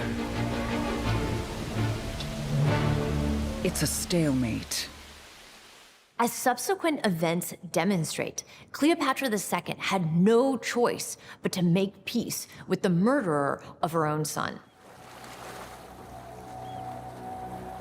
On the banks of the Nile, over 500 miles south of Alexandria, stand the ruins of Kom-Ombo Temple. Much of the temple dates from the reign of Physcon. Though battered by earthquakes and centuries of erosion, it's still partly intact, and it holds a clue to how the three monarchs resolved their bitter conflict. Walking through the beautiful hypostyle hall of Kom-Ombo Temple, it's striking to turn a corner and see this completely peaceful seeming relief of Physcon, Cleopatra II, and Cleopatra III. And they're all there together as if a happy family making an offering to the god Horus. And you know from historical texts that this obscures anger, frustration, and virtually deadly conflict between a brother, a sister, and a daughter. This temple image may be good PR, but it also signals the political reality. In 124 BC, after 8 years of inconclusive war, the three rulers decide to settle their differences. But Egypt is on its knees. Years of war and corruption have taken their toll. To signal that the war is over, the three rulers issue an official proclamation known as the Amnesty Decree. The Amnesty Decree of 118 BC is, by all accounts, an attempt at reconciliation between this very troubled royal triangle, and Cleopatra II seems to emerge fairly well out of this. Cleopatra II is instrumental in drafting this momentous ruling. The decree offers the people of Egypt a blank slate.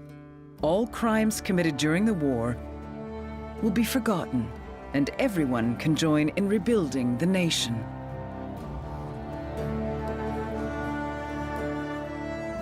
Besides simply creating a peace and creating a blank slate in Egypt at the time, it seems by all accounts that Cleopatra II was working to appease in various corners of the country.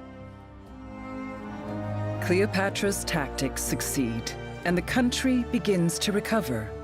Once again, she has brought peace to Egypt, and she saved her dynasty from destruction. She guided the Ptolemaic dynasty through some of its most troubling times. At several points as Queen of Egypt, Cleopatra II reconciles opposing, warring factions in the Ptolemaic court. She helps keep that dynasty going.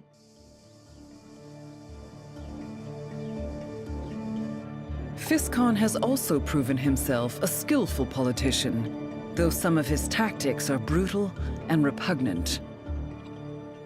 2 years after the Amnesty Decree, his long life of self-indulgence finally catches up with him.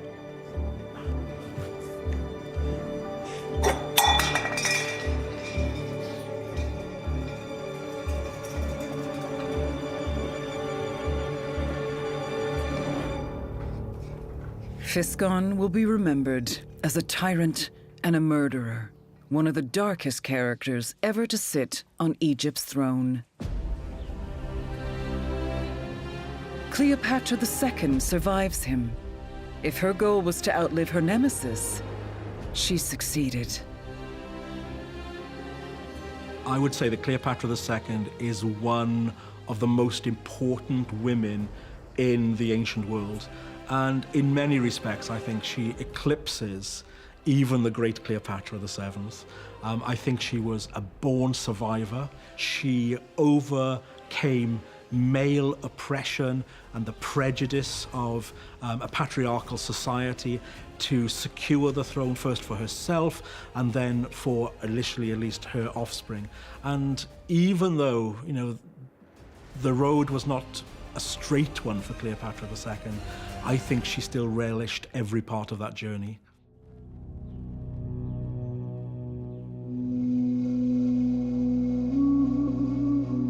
A few months after Physcon, Cleopatra II also dies. If we look at the life of Cleopatra II, I think that we see all of the dynamism, all the variety of queenship, both in Egypt and elsewhere. So we see Cleopatra II as the culmination of a process of female power, of the gradual involvement of queens like her in the affairs of the court, in the affairs of the Ptolemaic dynasty, the gradual evolution of female influence that occurred over centuries. Cleopatra III does not mourn her mother's passing. There's never been any love lost between them. But she does follow the ground her mother broke, and she now has what she's been waiting for: sole rule over all of Egypt. Cleopatra III never shied away from taking power, and the future would show that. So she was keen on having more power, and she tried everything to preserve it. The Temple of Hathor stands deep in the Theban necropolis, Egypt's ancient cemetery.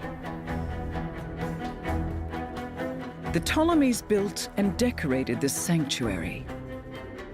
Exquisite reliefs cover the temple's inner walls. But the intriguing intriguing of all adorns a side chamber called the birth house. Here, Cleopatra III portrays herself offering to the gods.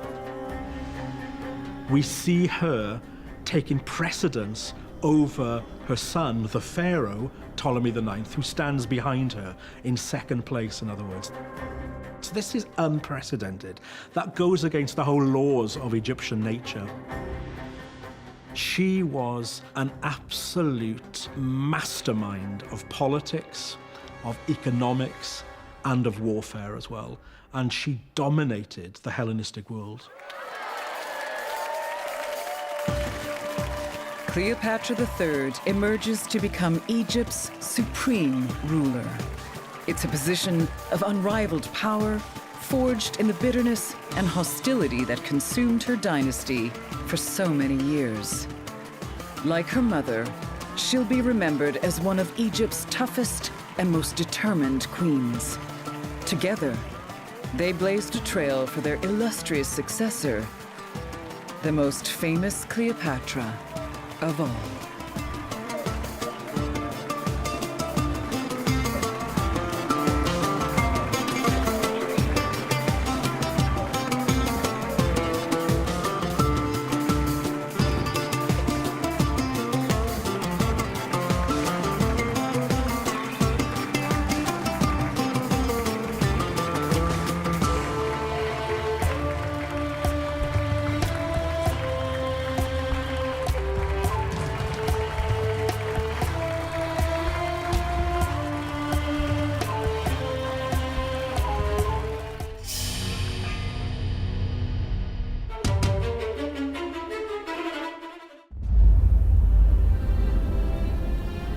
This is a story of two queens, one world famous, one all but forgotten.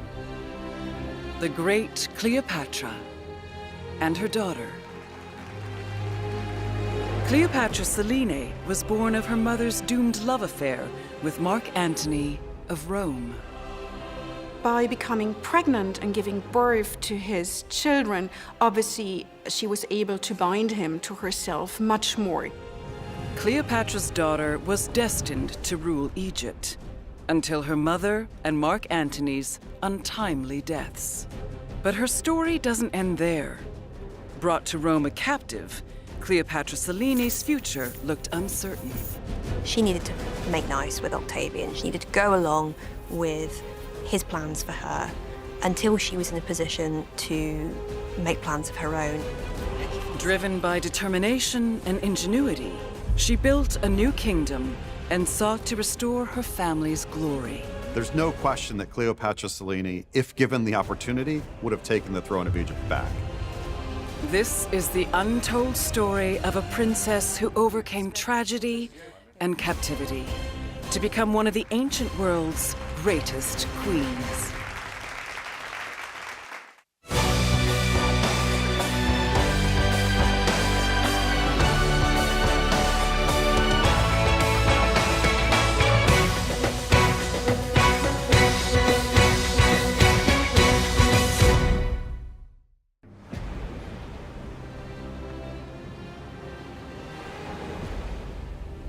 Alexandria, Egypt. Over 2,000 years ago, this city played host to one of history's most epic tales. It's 48 BC. Cleopatra VII, Egypt's most famous queen, has lost her throne. Cleopatra took power following her father's death. For 3 years, she ruled alongside her younger brother, Ptolemy XIII. Now, Ptolemy has grown jealous of his sister's power and popularity and ousted her. But then, opportunity knocks for the young queen. And what an opportunity it is.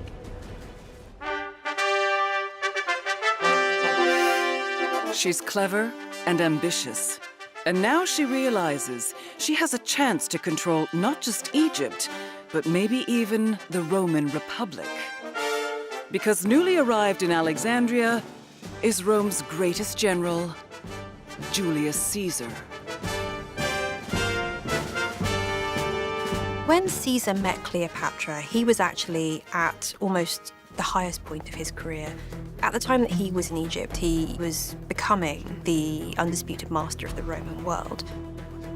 Caesar has come in pursuit of his main political and military rival, Pompey. But when the Egyptians kill Pompey, he demands an explanation.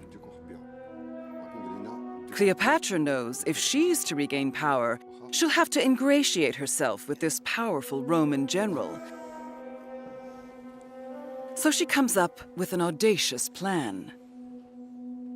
She gets her friend Apollodorus and a servant to tie her inside a linen sleeping bag. This might seem like strange and eccentric behavior, but it will have dramatic results.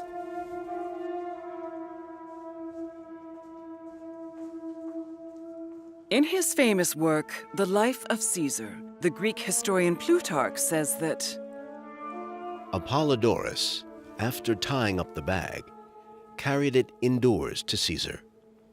This little trick of Cleopatra's, which first showed her provocative impudence, is said to have been the first thing about her which captivated Caesar.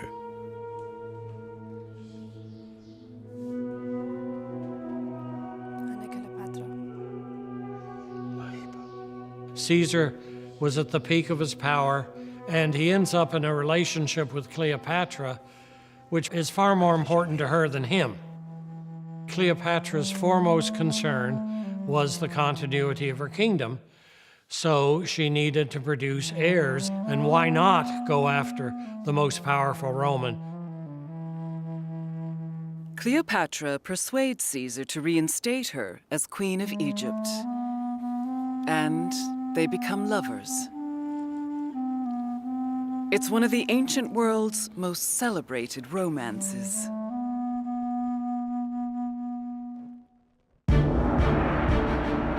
Cleopatra's brother, Ptolemy XIII, has lost the initiative. He hopes to regain it by defeating Caesar's army. But at the Battle of the Nile, Caesar is victorious. Ptolemy tries to escape, but drowns in the river.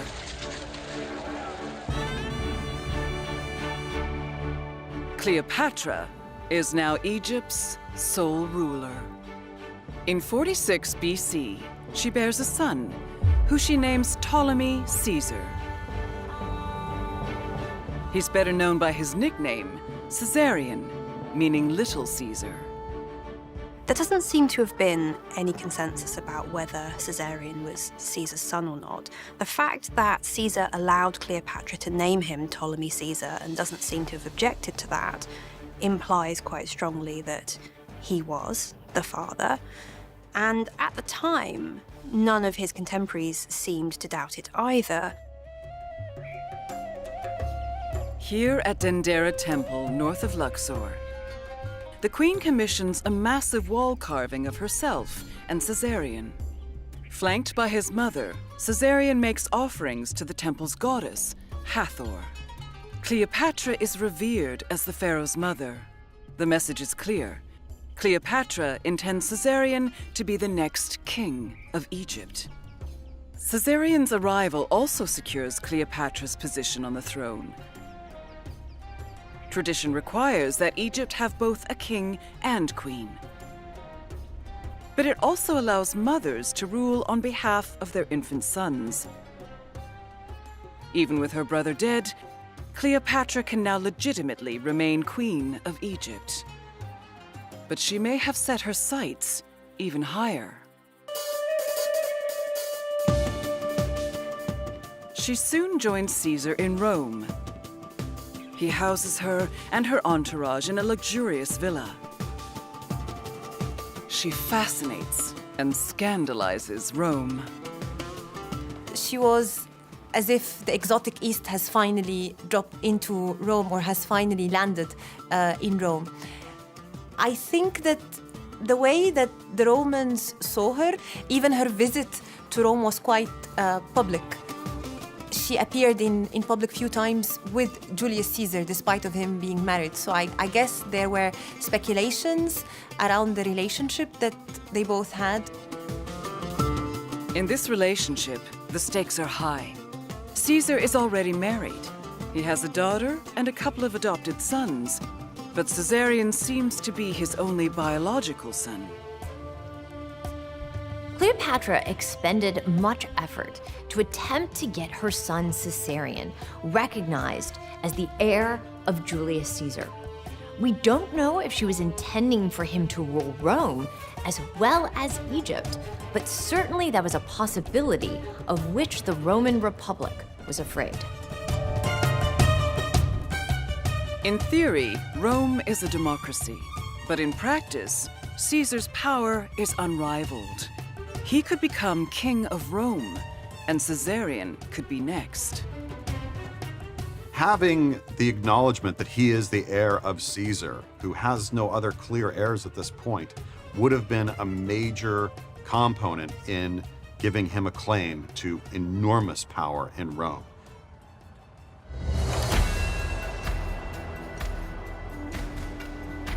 But while Cleopatra is in Rome, a devastating event occurs. Caesar is assassinated.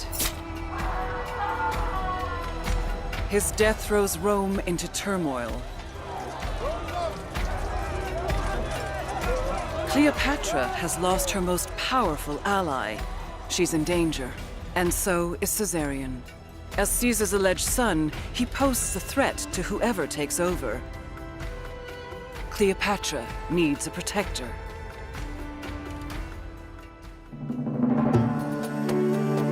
Enter Mark Antony, a dynamic general and one of Caesar's most trusted friends. Antony is furious at Caesar's death and eager to take his place as Rome's most powerful man. When Caesar was assassinated, his best friend Mark Antony had assumed that he would step into the void and become the leading citizen. Caesar's will was read publicly, and the main beneficiary was actually his relatively unknown great-nephew, Gaius Octavius, who would become Octavian. Octavian is now Caesar's official heir. For Antony, it is an unpleasant surprise, but the two men agree to share power while they hunt down Caesar's assassins.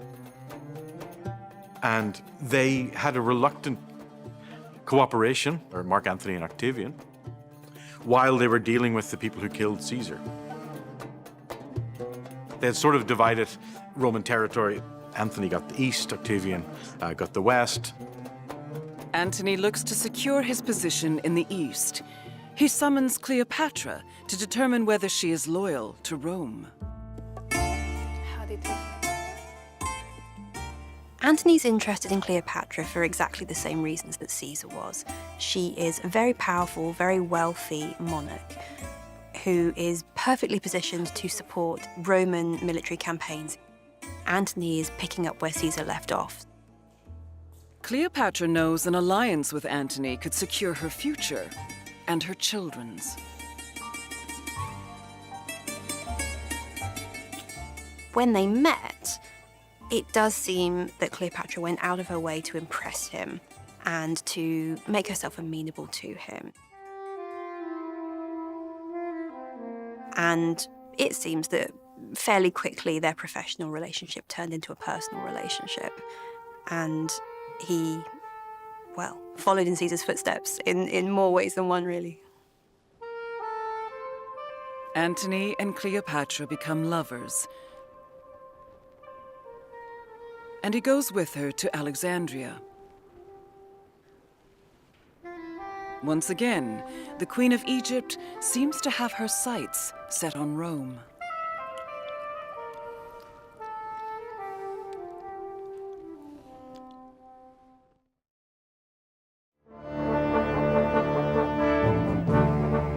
But then the plan goes awry again. When Antony returns to Rome, he and Octavian shore up their alliance. As part of the deal, Antony marries Octavian's sister, Octavia. Cleopatra's relationship with Mark Antony has been thrown off course. But then something happens to put it back on track. To preserve the Ptolemaic kingdom, that must have been the ultimate goal in her mind. So, by becoming pregnant, obviously, she was able to bind him to herself much more.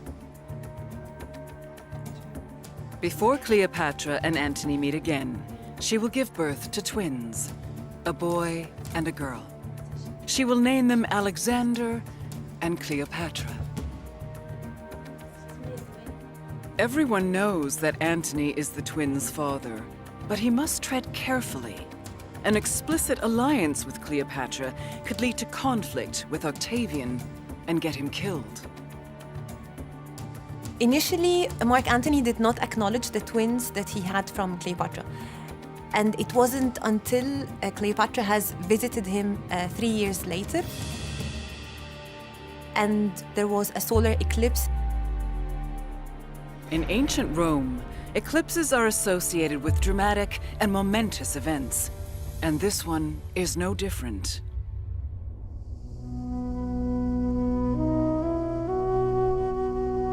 In 1918, an extraordinary sculpture came to light at Dendera Temple. The 5-foot-high double statue depicts 2 small children enmeshed in the coils of 2 snakes. Experts believe these to be none other than Antony and Cleopatra's twins. Powerful symbols surround them. The sun has the sun disk, while the daughter has the moon.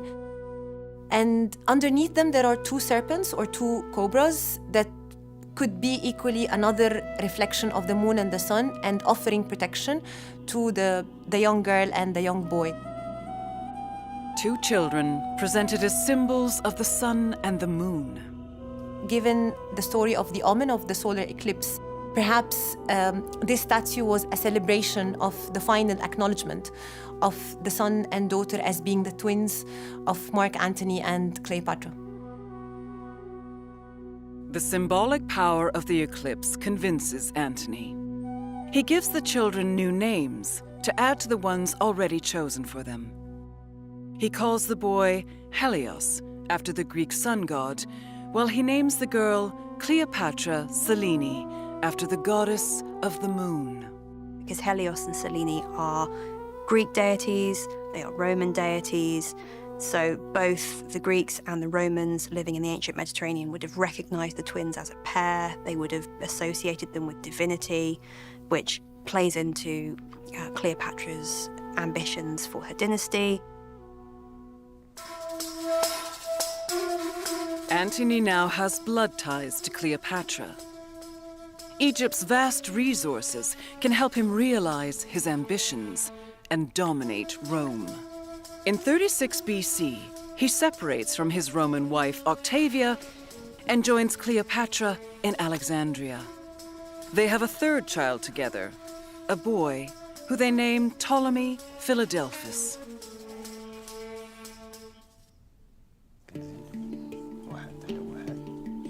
Cleopatra and Antony's children stand to reap a great inheritance. Caesarion is already king of Egypt, ruling alongside his mother. One day, Cleopatra Selene will take her place.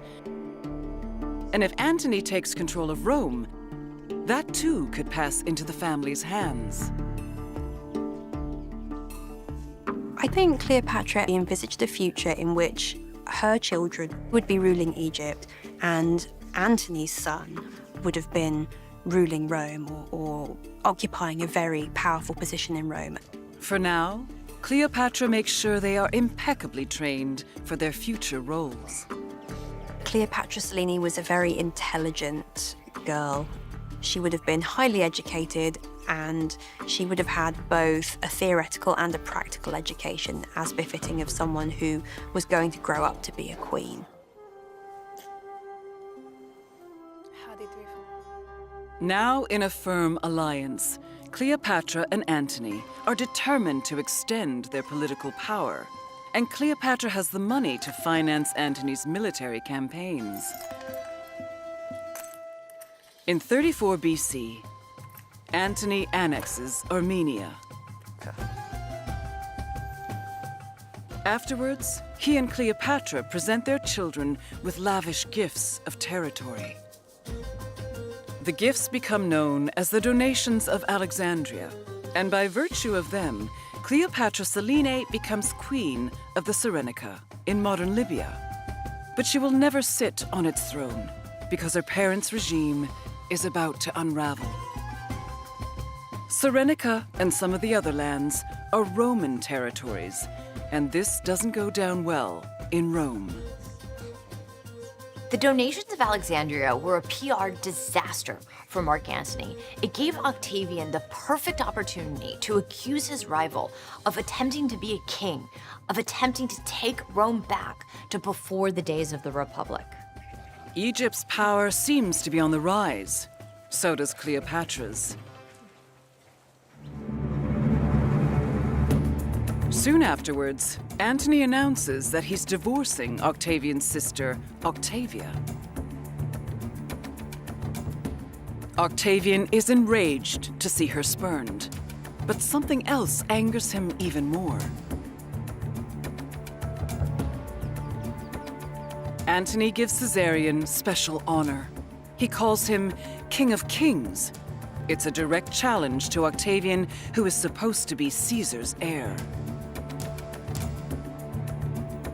It's only a matter of time before this tense face-off erupts into war.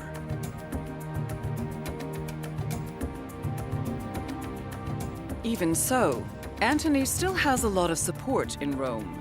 Octavian can't just attack him. He needs a pretext, and then he finds one.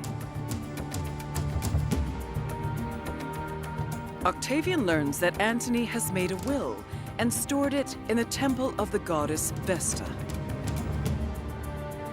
The temple is one of Rome's most sacred places. Only its priestesses are allowed to enter.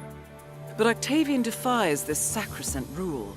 He seizes the will and reveals its shocking contents. Antony's will is an absolute affront to Rome and to Octavian personally. It says that Caesarion, not Octavian, is the rightful heir of Caesar, which undermines Octavian's position. It also says that Antony is going to bequeath huge swaths of Roman land to his children with Cleopatra. And biggest problem of all, it says that he wants to be buried not in Rome, but in Alexandria with Cleopatra and the Ptolemaic dynasty. This suggests that Antony wants to make Alexandria the new capital of the Roman world. It's enough to provoke decisive action. Here, early in 32 BC, Octavian persuades the Senate to declare war. Octavian can't declare war on Antony because Antony is a Roman. So he does the next best thing. He declares war on Cleopatra, who is a foreigner, and a queen and a woman. So all of these things that are objectionable. Antony and Cleopatra meet Octavian's fleet at Actium, off Greece's west coast. The Battle of Actium goes bad for Antony the night before when one of his generals goes to Octavian's side and tells Octavian everything that Antony plans to do.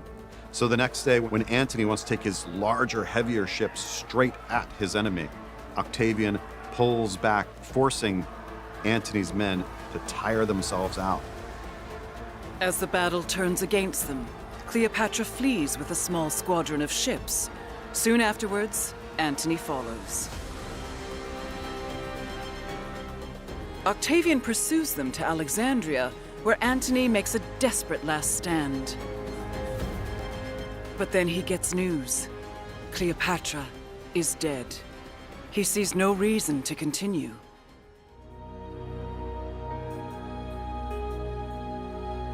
Antony stabs himself, inflicting a fatal wound. Only then does he learn that Cleopatra is still alive. It's one of history's most tragic moments, repeated and romanticized for centuries afterwards. The dashing Roman general defeated at last, dying in the arms of his beloved Queen of Egypt.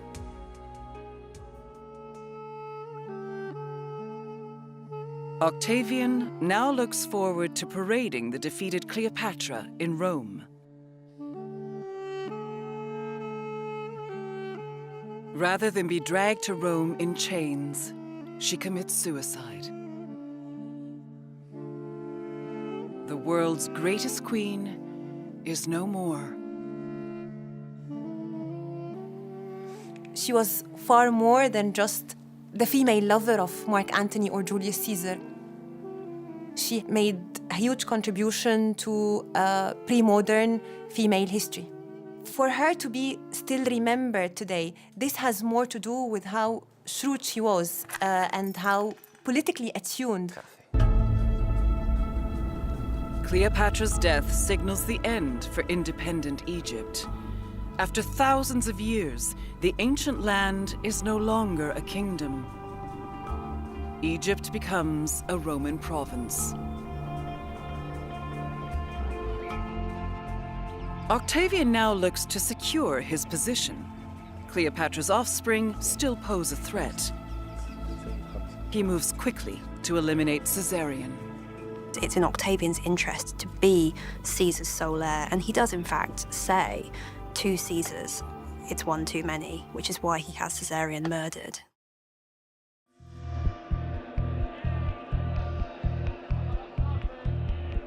Cleopatra Selene and Helios's other brother, Philadelphus, also seems to have died at this time. Octavian now takes the twins prisoner and brings them to Rome. The future looks ominous. Will they be disposed of too? Not yet. As the children of his defeated enemies, they'll be the star attraction in his grand triumph in Rome. A triumph would be the absolute pinnacle of a Roman general's military career. It would be awarded because he had found considerable success in conquering foreign territory. So when he returned from that place with his troops, they would parade through the city. They would display all of their prisoners, all of their plunder. Octavian places Cleopatra Selene and Helios at the front of his chariot. There they are exposed to the full, devastating impact of the triumph and the noise of the huge crowd. One of the key components of the Roman triumph was to have the deposed leader of the conquered peoples on display. They would quite often be wearing chains in gold or silver. They are apparently dressed up. Alexander Helios dressed up as the sun, Cleopatra Selene dressed up as the moon, so that the people watching can identify who they are. The twins don't know what will become of them. But then events take an unexpected turn. The chains are apparently so heavy the children can't move, and this does inspire a lot of sympathy from the crowd. Is this something that then prevents Octavian from disposing of the children? Possibly, but it's also a bit of a standard practice within Octavian's own experience that you bring in the children of your enemies to the household and make a kind of new peace by doing so. Octavian decides to give the children a new life in Rome. He asks his sister, Mark Antony's former wife, Octavia, to be their guardian. This is the woman that Antony rejected in favor of Cleopatra. Now she has custody of their children, and she has no reason to love them. Around this time, Alexander Helios's name vanishes from the historical record. It's possible that Octavian had him executed. What's probably more likely is that he likewise died young. It's quite common that people who travel to Rome in this period catch malaria because they don't have the immunity that the people who have grown up in the city have. Now, Cleopatra Selene is the last of her dynasty, and she's at the mercy of her mother's enemy. But somehow, Octavia bears her no ill will. Octavia is a very interesting woman. The sources are almost uniformly positive about her high dignity and character. Cleopatra Selene is well taken care of by Octavian.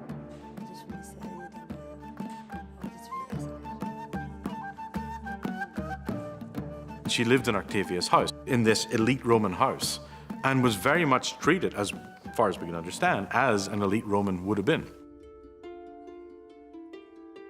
She joins a large, extended family. Octavia's children and foster children become her siblings. Among them is a young prince from northern Africa. His name is Juba. Juba is the son of the king of Numidia, a defeated enemy of Julius Caesar. Following the father's death, Caesar adopted the boy and brought him to Rome. It was realized by Caesar that this was an important person and he needed to be nurtured. And so he was raised in Octavia's household. In Octavia's house, Cleopatra Selene and Juba get to know one another. They find they have much in common. Both of them are children of parents who were defeated by Rome and who had committed suicide as a result. And then they were brought up in the household of the very people that had taken their homes and their families. They would have discussed their situations, they probably would have bonded over their circumstances, and they would have been able to understand each other in a way that nobody else in their circle could really have understood each other. The youngsters become friends, and soon they will be more than that. Octavian and Octavia notice how close they are. When the time comes for Cleopatra Selene to marry, Juba is the obvious choice.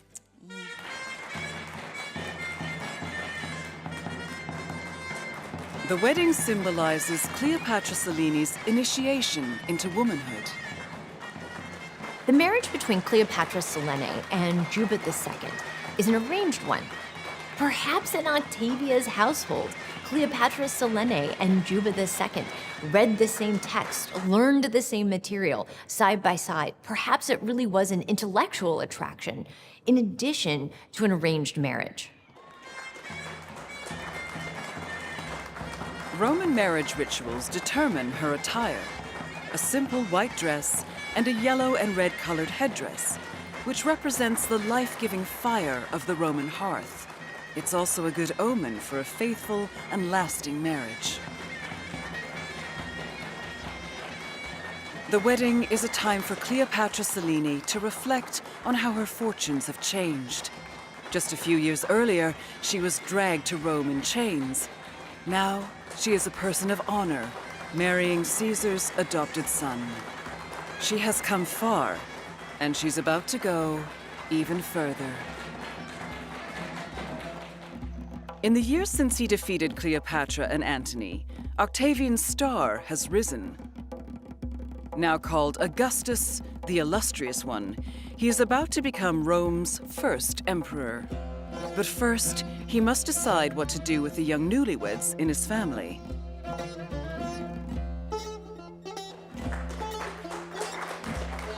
As is Roman tradition, the matron of honor performs the ceremony, linking the bride and the groom's hands.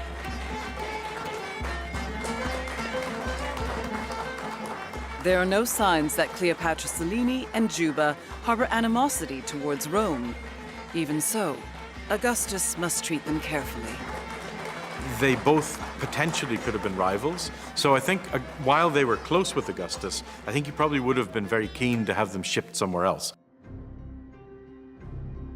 Augustus needs to consolidate Roman power in the known world.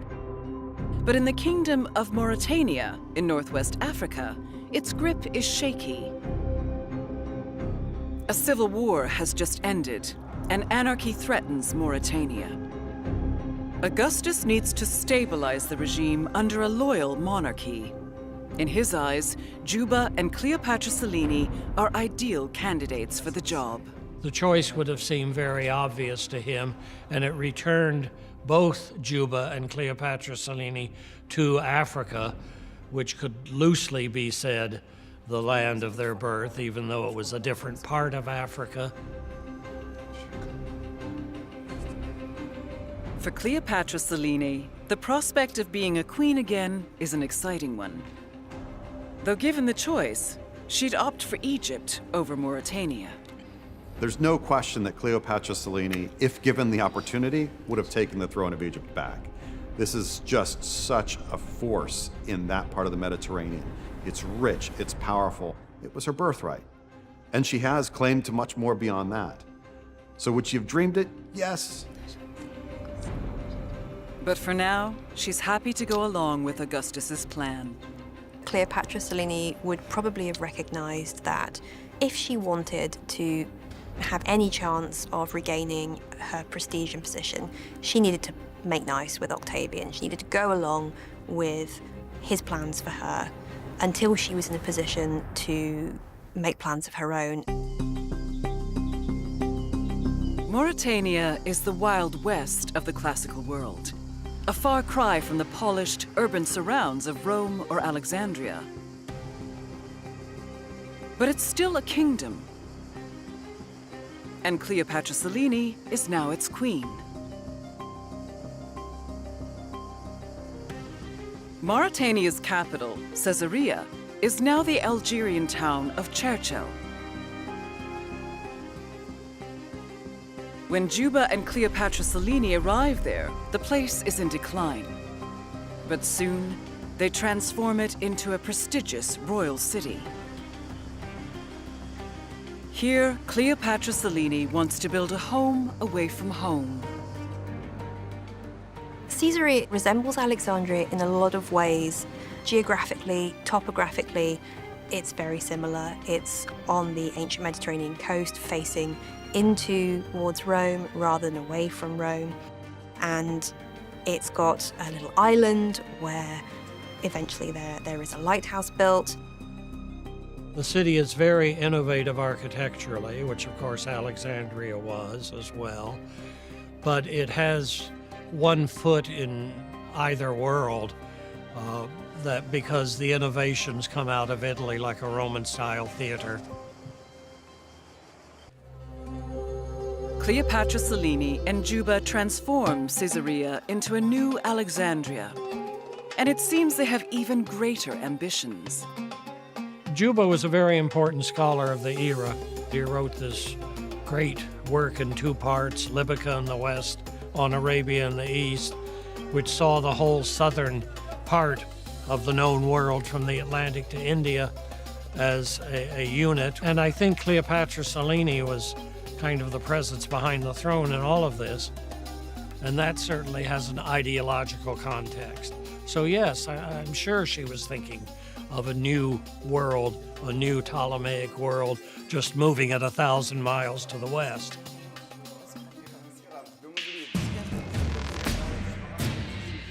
Cleopatra Selene's ambition is now clear. She wants to reboot her family dynasty in Mauretania and maybe even Egypt. She might have thought that she could sit on the throne of Egypt, especially if the Romans self-destructed. The Romans had taken over Egypt, they controlled it, but provinces and governments come and go. Cleopatra Selene's plan to regain control of Egypt is a risky one.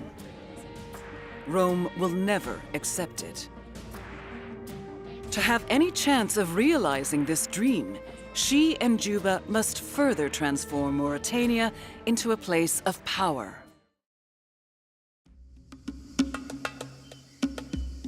Volubilis, the capital of Western Mauretania, is key to their plan. Volubilis is the second city of Mauretania. It's very likely that Juba and Cleopatra Selene built it up as their secondary capital, a capital that was in the interior. Maybe they had plans of even removing themselves from closer contact with Rome. If so, Volubilis's inland location is to their advantage. Volubilis might have had a certain security and safety that a site on the coast that the Romans could wipe out at any moment would not have had. On Volubilis's main street, the Decumanus Maximus, the king and the queen build a royal palace. They may even have laid out the entire northern part of the city. They were heavily involved in monumental building. And probably the first phase of monumentalizing Volubilis was under Juba and Cleopatra Selene. Together, Cleopatra Selene and Juba will turn Volubilis into a bustling center of trade. In Mauretania, they produced a range of products. The basic foodstuffs would have included things like grain or olive oil, and this would have been for the export market to Rome. Also, the coastal parts of Mauretania were producing fish sauce, which was really popular in the Roman world. And after oil, wine, and grain, the fish sauce was probably the most commonly circulated product. It was known as garum, and it was produced basically from sort of decomposing fish, which must have been horrible to smell that. But actually, it gave us this beautiful umami flavor to the food. These exports help make the kingdom rich and prosperous. And Cleopatra Selene is happy to flaunt this prosperity in the clothes she wears. It's likely that she wore a lot of purple clothing because in this period, this was the most expensive, most luxurious, rarest cloth that clothing could be made from. So it stands to reason that a king or a queen would have worn a lot of it so that they were visually distinctive from everybody else around them.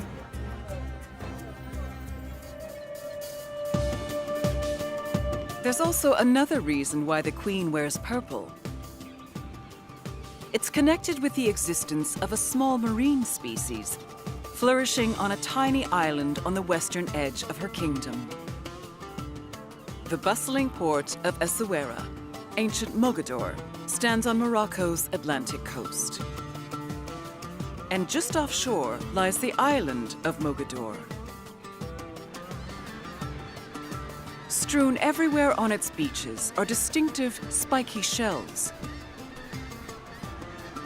They belong to a species of sea snail called the murex. These creatures may seem small and insignificant, But 2,000 years ago, they clothed emperors. This place called Mogador produces this mollusk, the murex, and you can turn the mollusk into a purple dye. Purple dye itself is one of the most expensive products in the ancient world. And the reason it cost so much was because you needed to crush approximately 12,000 murex shells to get 1.4 grams of this purple dye. So it was extremely labor intensive and extremely expensive. The color becomes the symbol of power and royalty. It was the basic dye stuff of the purple robes of emperors. Or it was a very expensive commodity. It would be like wearing gold or silver. The purple dye from Mogador is of particularly high quality. Juba and Cleopatra Selene use it to produce an abundance of the cloth. Not only does Cleopatra Selene dress in lavish purple robes, she may also have decorated public buildings and palaces with expensive purple hangings. But the dye has even greater potential as a source of immense wealth. The king and queen foster a lucrative industry, producing purple cloth for export to Rome and the wider world. The purple dye industry at Mauretania would have made it extremely wealthy. So this had gone from being a very insecure, almost backwater, to becoming a real economic force. The most expensive things you could buy in Rome were an African lion or silk that had been dyed purple.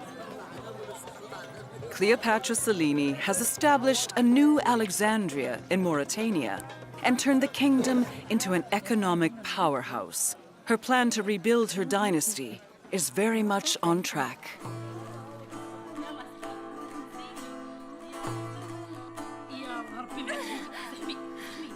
And then she takes another step closer to realizing it.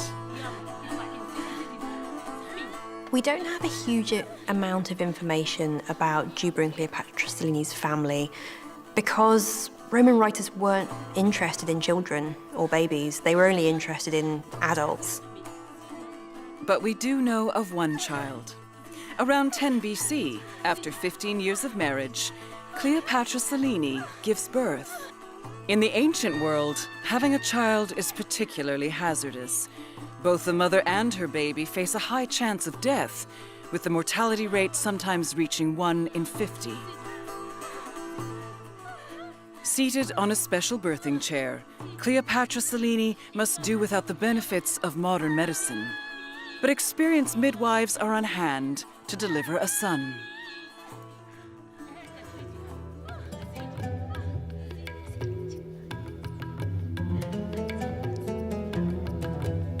Now, at last, Cleopatra Selene and Juba have an heir to carry on their legacy.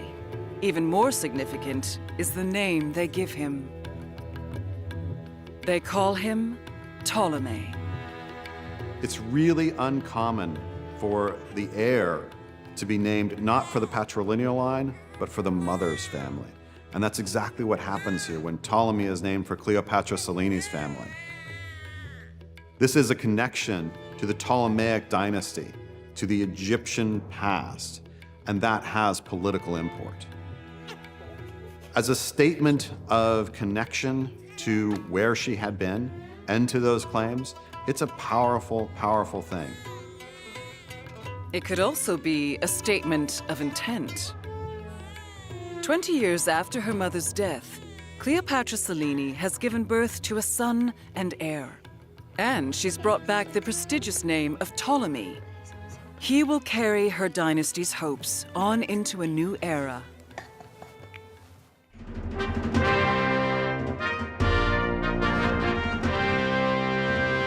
There is what historians call the terminal fallacy, and that is we know what happened, the participants didn't. It would have been perfectly reasonable to assume that the Romans would not get any farther, and that a resurgent Ptolemaic empire would become the dominant power. And this certainly is the way Cleopatra Selene thought. Cleopatra Selene is poised to fulfill her mother's legacy. But just a few years after her son's birth, disaster strikes.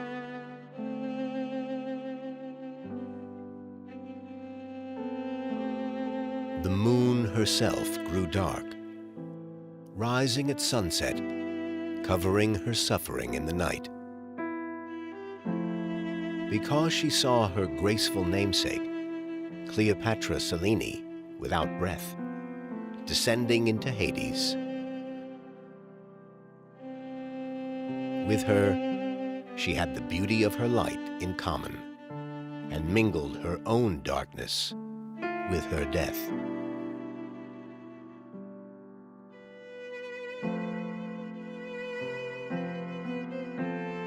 This short poem, written around 5 BC, commemorates an eclipse of the moon, but it's also a sad and poignant eulogy for the Queen of Mauretania.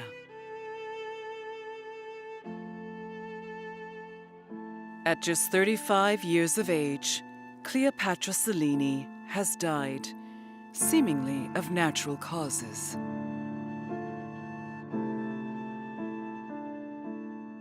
Dying during a lunar eclipse, I mean, that makes it even more dramatic and even more impactful, and certainly would have given people pause to think of the moon, as the poem says, weeping, grieving for the death of Cleopatra Selene as well as her family.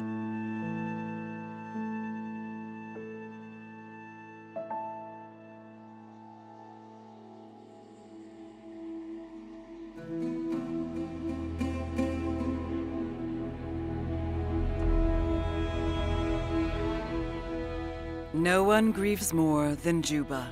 He resolves that Cleopatra Selene will have a magnificent tomb.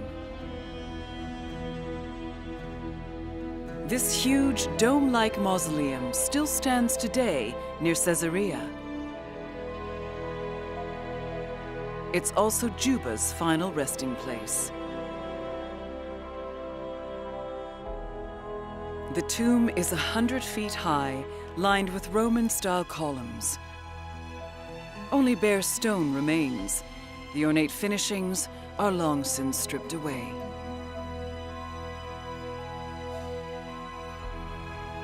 The mausoleum would have been covered in marble. It would have had bronze panels with engravings detailing the lives and achievements of the rulers. So it would have been a sight to behold in antiquity. The tomb's very shape testifies to Cleopatra Selene's greatness at the time of her death.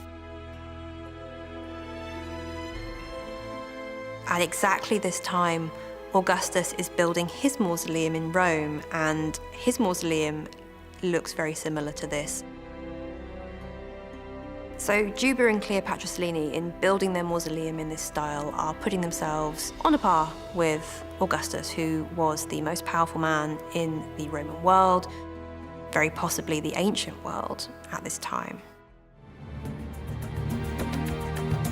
Cleopatra Selene may have died young, but in her short life, she achieved something unimaginable. As Queen of Mauretania, she succeeded in helping her husband Juba II create a flourishing kingdom, a center for the arts and learning, a real beacon of the ancient Mediterranean world. Cleopatra Selene never regained control of Egypt, but over 1,000 miles west, she did restore her family's dynasty. So why is this great queen all but forgotten today? Cleopatra was an extraordinary woman. It's probably no surprise that, given the brightness of her life, her daughter's life is a bit shadowed as a result. That's unfortunate because Cleopatra Selene was an extraordinary woman in her own right, who grew up this kingdom almost single-handedly with her husband. That is an amazing accomplishment. She did amazing things. I think the reason that Cleopatra Selene is not more famous today is because she played the game, she played it very well, and she ruled her kingdom successfully for several decades, and generally, when things are going well in the Roman period, they don't get written about. She should be remembered for being a successful queen in a period where there were not that many successful queens. For centuries, Cleopatra's daughter has been sidelined by history. But hers is a story of determined survival and extraordinary success. She was the last of the Cleopatras, a queen worthy of her name.